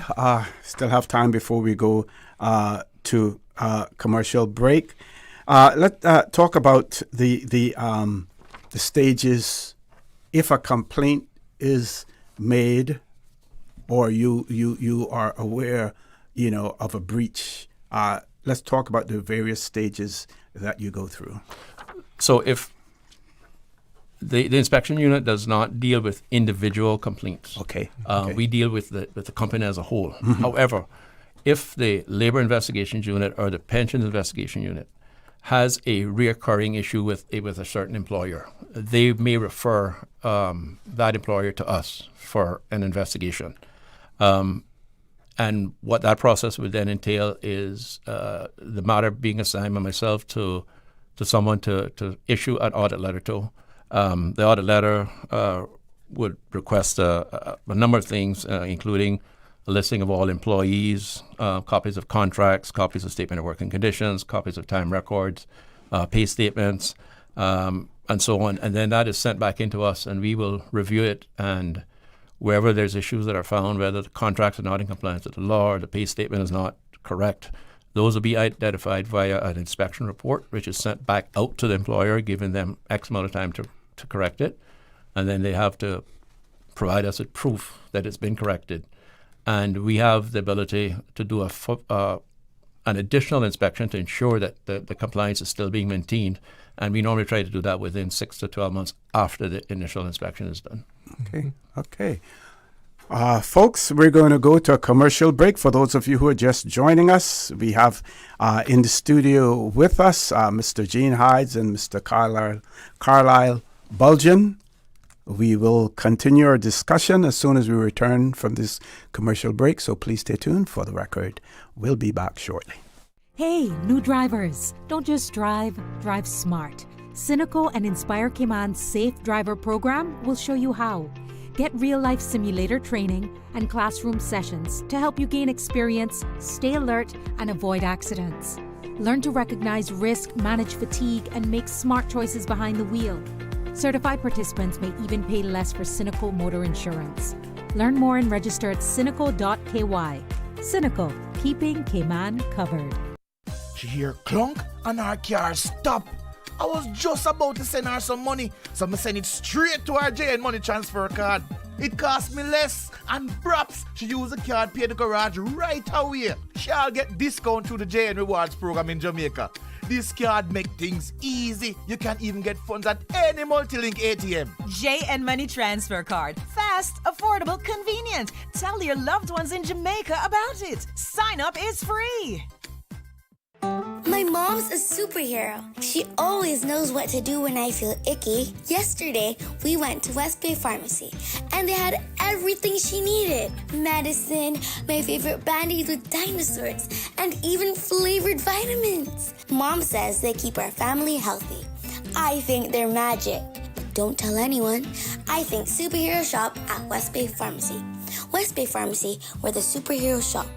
West Bay Pharmacy and Centennial Towers. Convenient quality care is just around the corner. Your dream home starts with a vision, and often inspiration is at the heart of that vision. Brand Source Home Gallery's in-house designers are here to help bring your vision to life. Whether you're remodeling or building a new home, Brand Source Home Gallery is your one-stop solution. Explore their kitchen cabinets, sinks, faucets, bath fixtures, tubs, vanities, and more. Let Brand Source's designers help and inspire you with your next project. Call 623-5000 and schedule an appointment with a design expert at Brand Source Home Gallery, Dorsey Drive, Industrial Park, serving Cayman for 50 years. Looking for fresh, healthy food that's full of flavor? Then you've got to visit Kirk Market. Our dishes are made with fresh, high-quality ingredients. Enjoy vibrant mixed greens or satisfying pasta salads. Or try one of our delicious grill options like blackened chicken, spicy beef steak, or grilled salmon. Looking for something light and flavorful? We've got sushi rolls and poke bowls prepared daily. And don't forget to explore a hot bar or Billy Fresh salad at the salad bar. Stop by Kirk Market today for breakfast, lunch, or dinner and taste the difference. Eat well, live well with Kirk Market.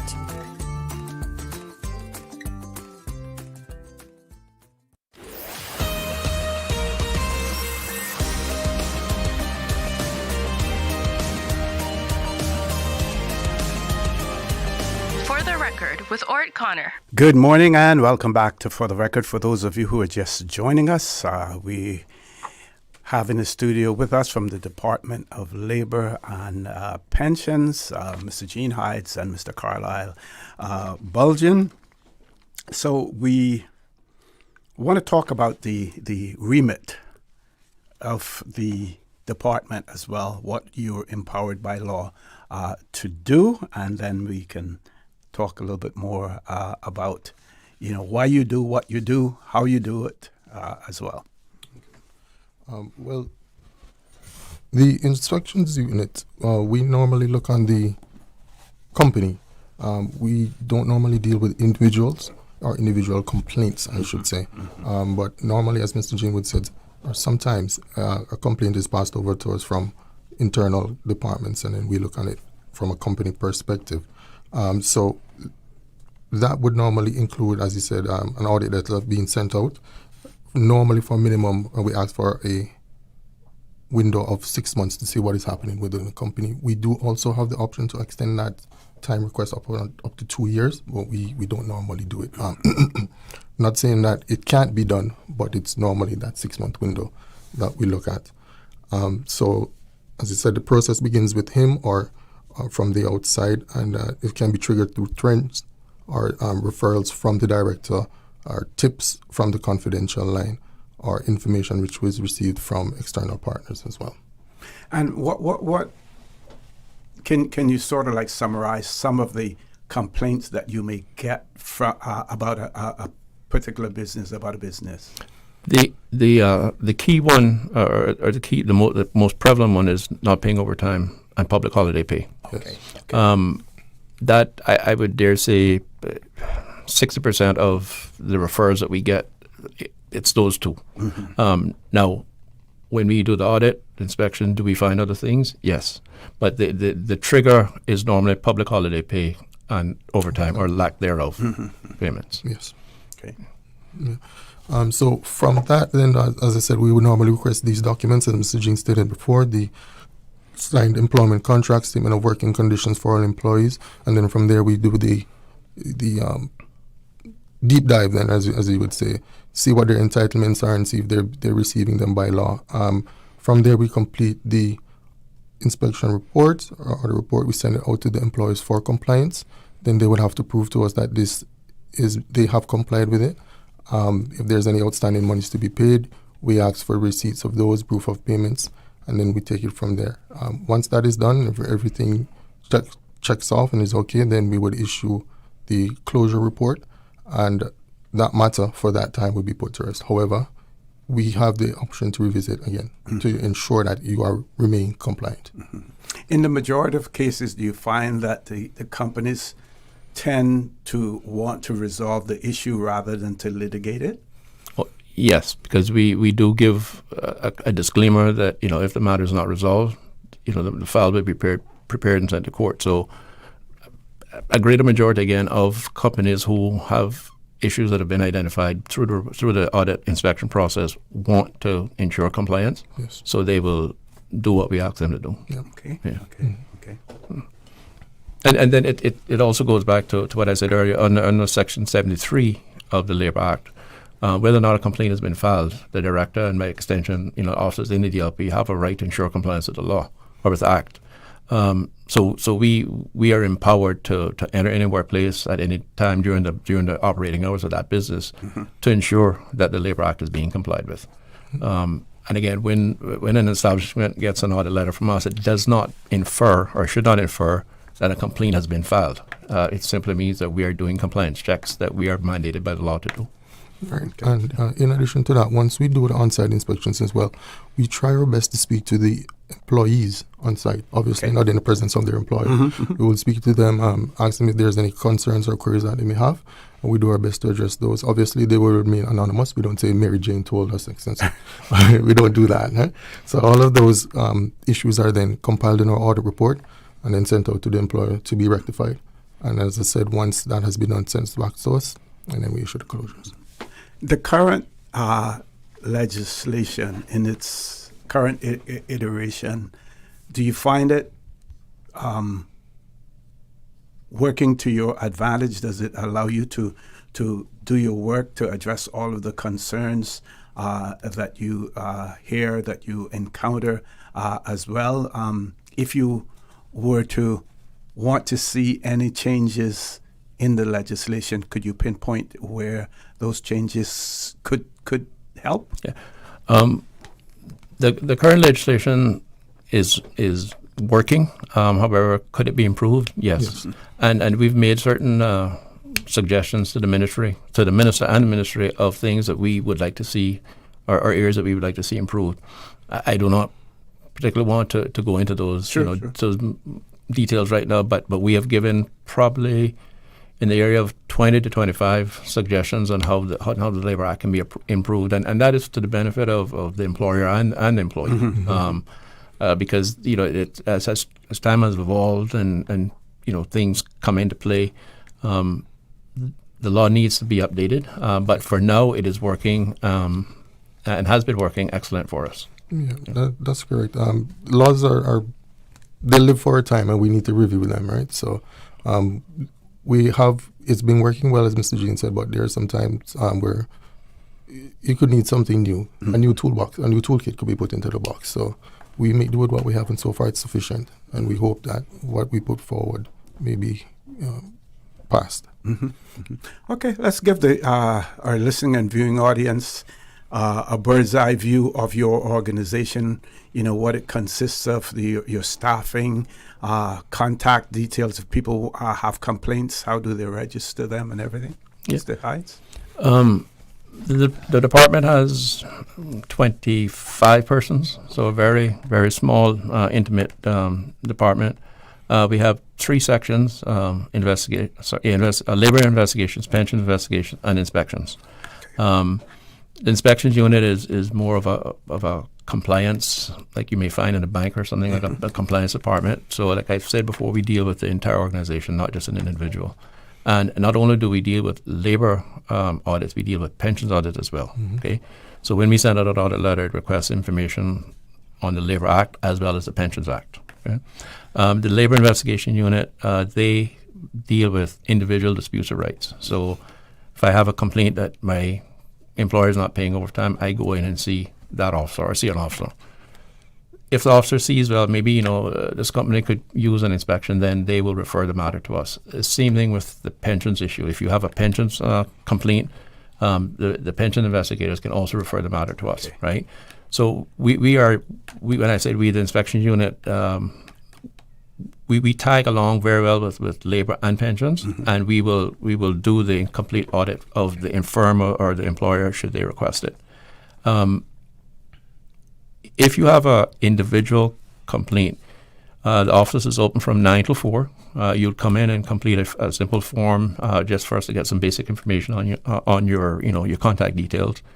You'll be assigned an officer, and that officer will then take the progress or take the case through. If you want to leave a confidential tip on our hotline, it's 945-3073, or you can also send an email to dlp@gov.ky. And that confidential tip line and the email are answered by SMT only. Okay. So no officer below SMT would see that unless, of course, we assign it to a particular officer to address. And what the acronym SMT? What is that? Senior Management Team. Okay. So that would be the director and myself and the deputy director of labor and deputy director of pensions. Okay. Yeah. Okay. Yeah. I want to give each of you an opportunity for some closing comments, any advice that you want to give to our listening and our viewing audience, and we'll start with you, Mr. Bulgin. Just to reiterate that the department is here for the employee and the employer. We're a neutral entity, and we're out there just to make sure that everyone remains compliant with the law, just to make sure everyone has their keep. We just also want to emphasize that once we come out to do these exercises, we ask that you just be respectful, be compliant with us. It is for overall benefit of everyone, just to make sure everything is running smoothly. And if you do have any issues or complaints, you can always feel free to either stop by our office in person, or you can contact us through any one of the means already said by Mr. Jean. Okay, Mr. High. The key point I would like to point out to people is do not wait till the last minute to file a complaint or to seek information on your rights. Do it at a proper time when you think you've identified an issue. Do not wait till the day before your last day of work or you're being rolled over next week, because the investigation takes time, right? Some may be resolved fairly promptly, but some will not be resolved fairly promptly. So do not wait till the last minute. The officers in the Pensions and Labor Unit, Investigation Unit, require time, and they require the information from you to be able to process it. As Mr. Bulgin said, from an inspection perspective, once we initiate an inspection, it's not that a complaint has been found. It's not that we're saying you're doing anything wrong. It is free legal advice, is how I like to term it. If your contracts are not in compliance with the law, we will let you know what needs to be addressed. I mean, it could be simple things as if you have an employee who has been with you 6 years and we've seen it, a contract says 2 weeks vacation. Well, the Labor Act says that's now 3 weeks vacation, because after 5 years you get an additional week. Okay. So it's just simple minutiae like that we deal with, and that, like I said, the employers, accept it and correct it, and then we're able to complete it. So the inspection process should not be seen as us coming down on you. It should be seen as us trying to lift you up, right, more or less. Yeah. Excellent. Well, Mr. Hydes and Mr. Bulgin, I want to thank you for all that your department is doing, continues to do, in terms of labor and pensions, keeping people informed, and at the same time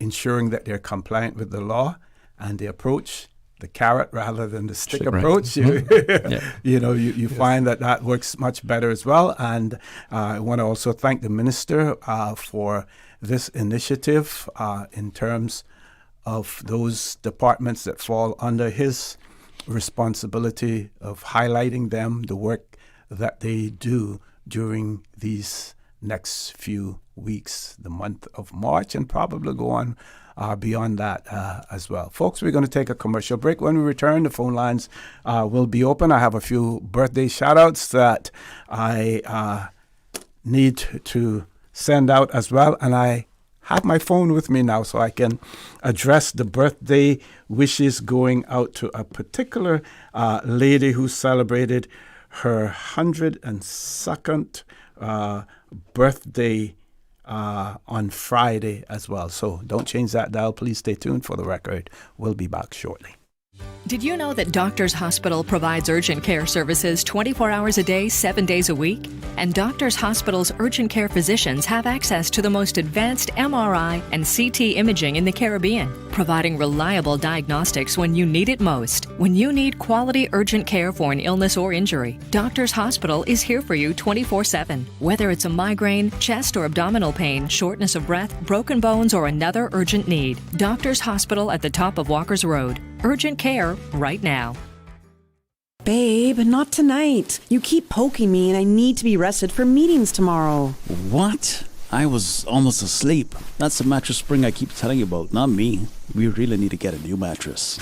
Tossing and turning, back hurting, can't sleep? It might be time to turn in your old mattress and go to bed with a new one. Browse the huge mattress showroom at Brand Source Home Gallery and pick the perfect mattress today. With mattresses to suit every budget, Brand Source Home Gallery stocks a wide selection of sizes and styles like pillow top and gel memory foam. So stop tossing and turning and sleep better tonight with a new mattress from Brand Source Home Gallery, Dorsey Drive, Industrial Park.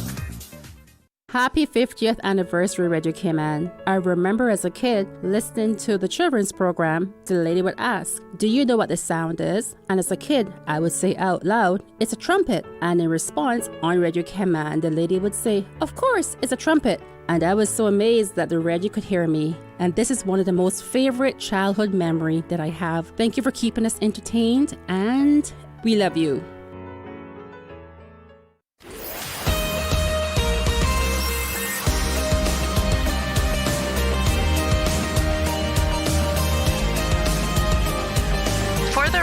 With Orrett Connor. Good morning and welcome back to For the Record. The phone lines are open now. I know that some persons had been calling earlier, but we had a jam-packed schedule this morning with guests in our studio.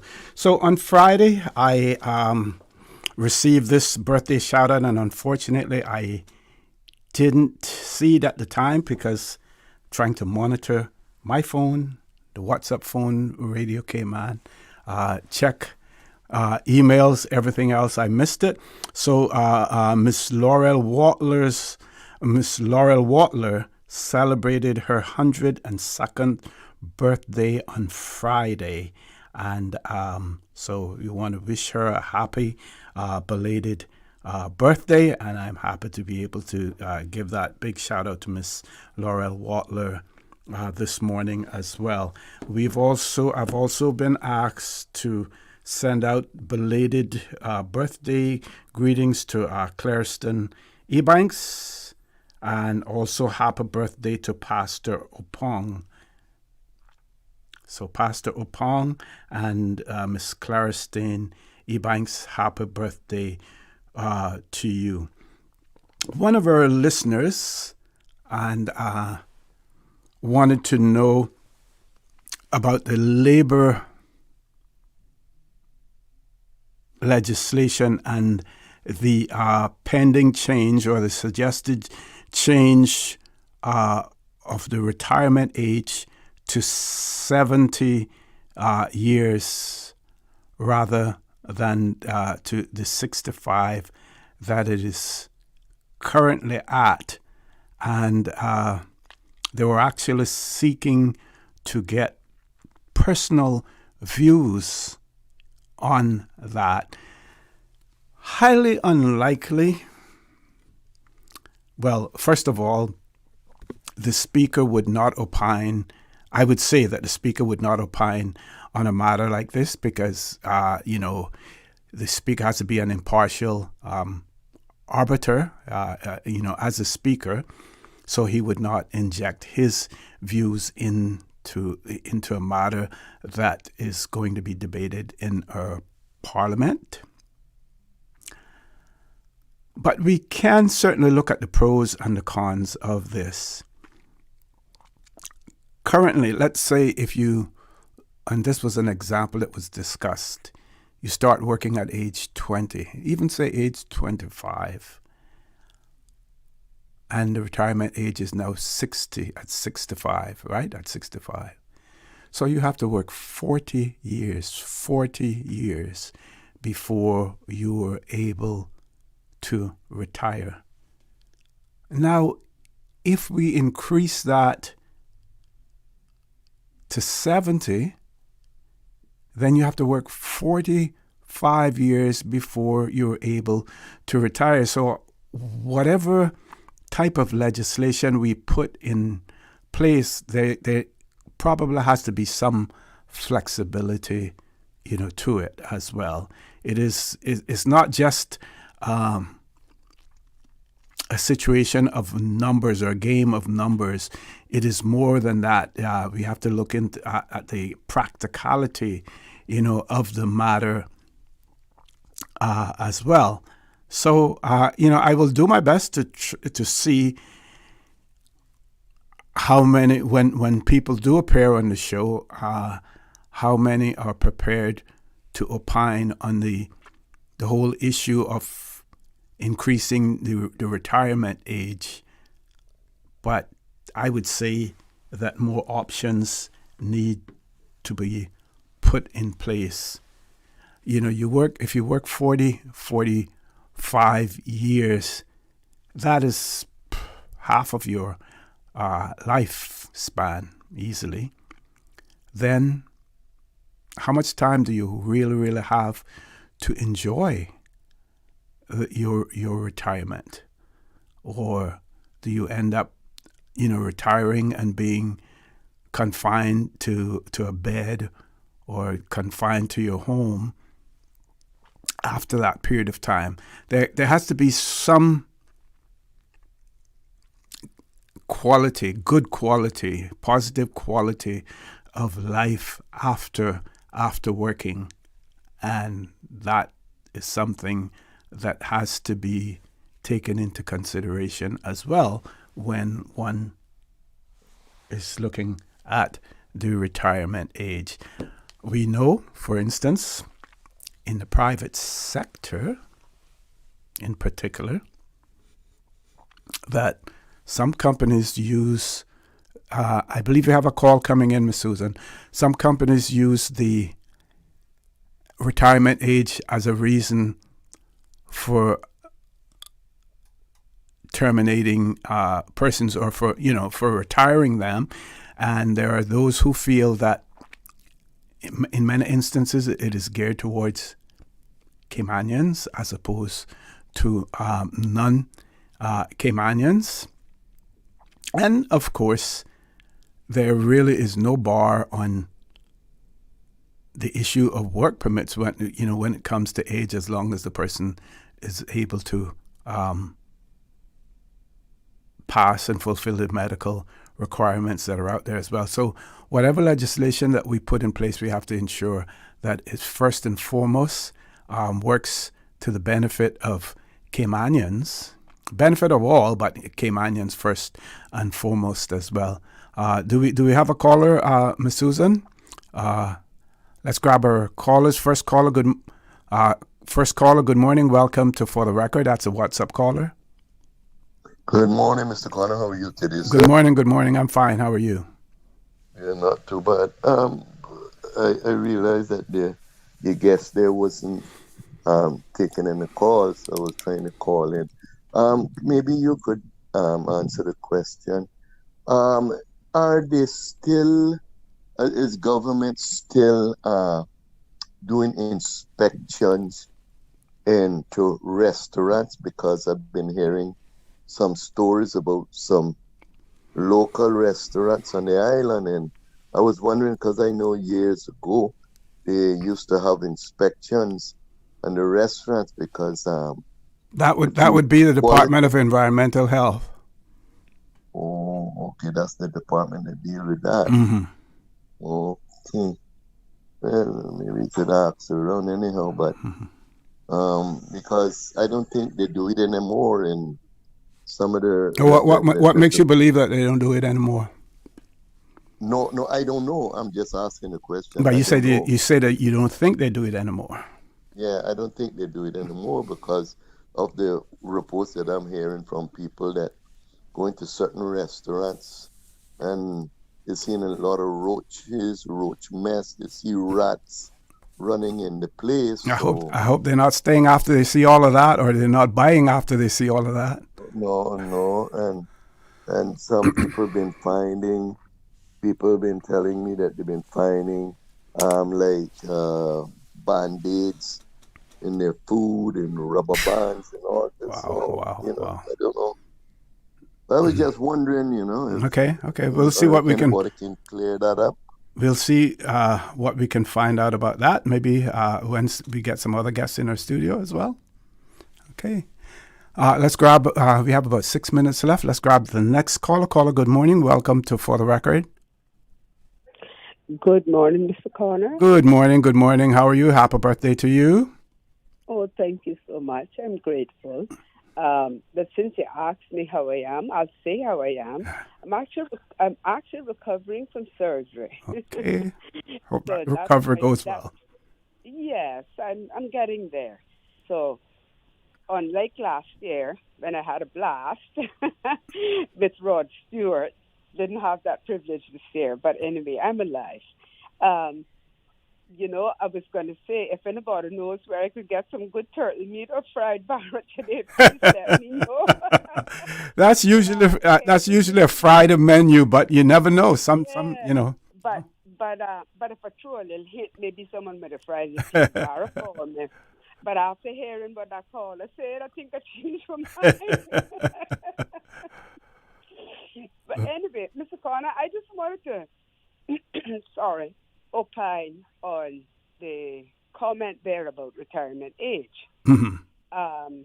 It's really nothing wrong with changing the age to 70 or leaving it at 65 because as far as I know, in the law right now, you have the option to do early retirement.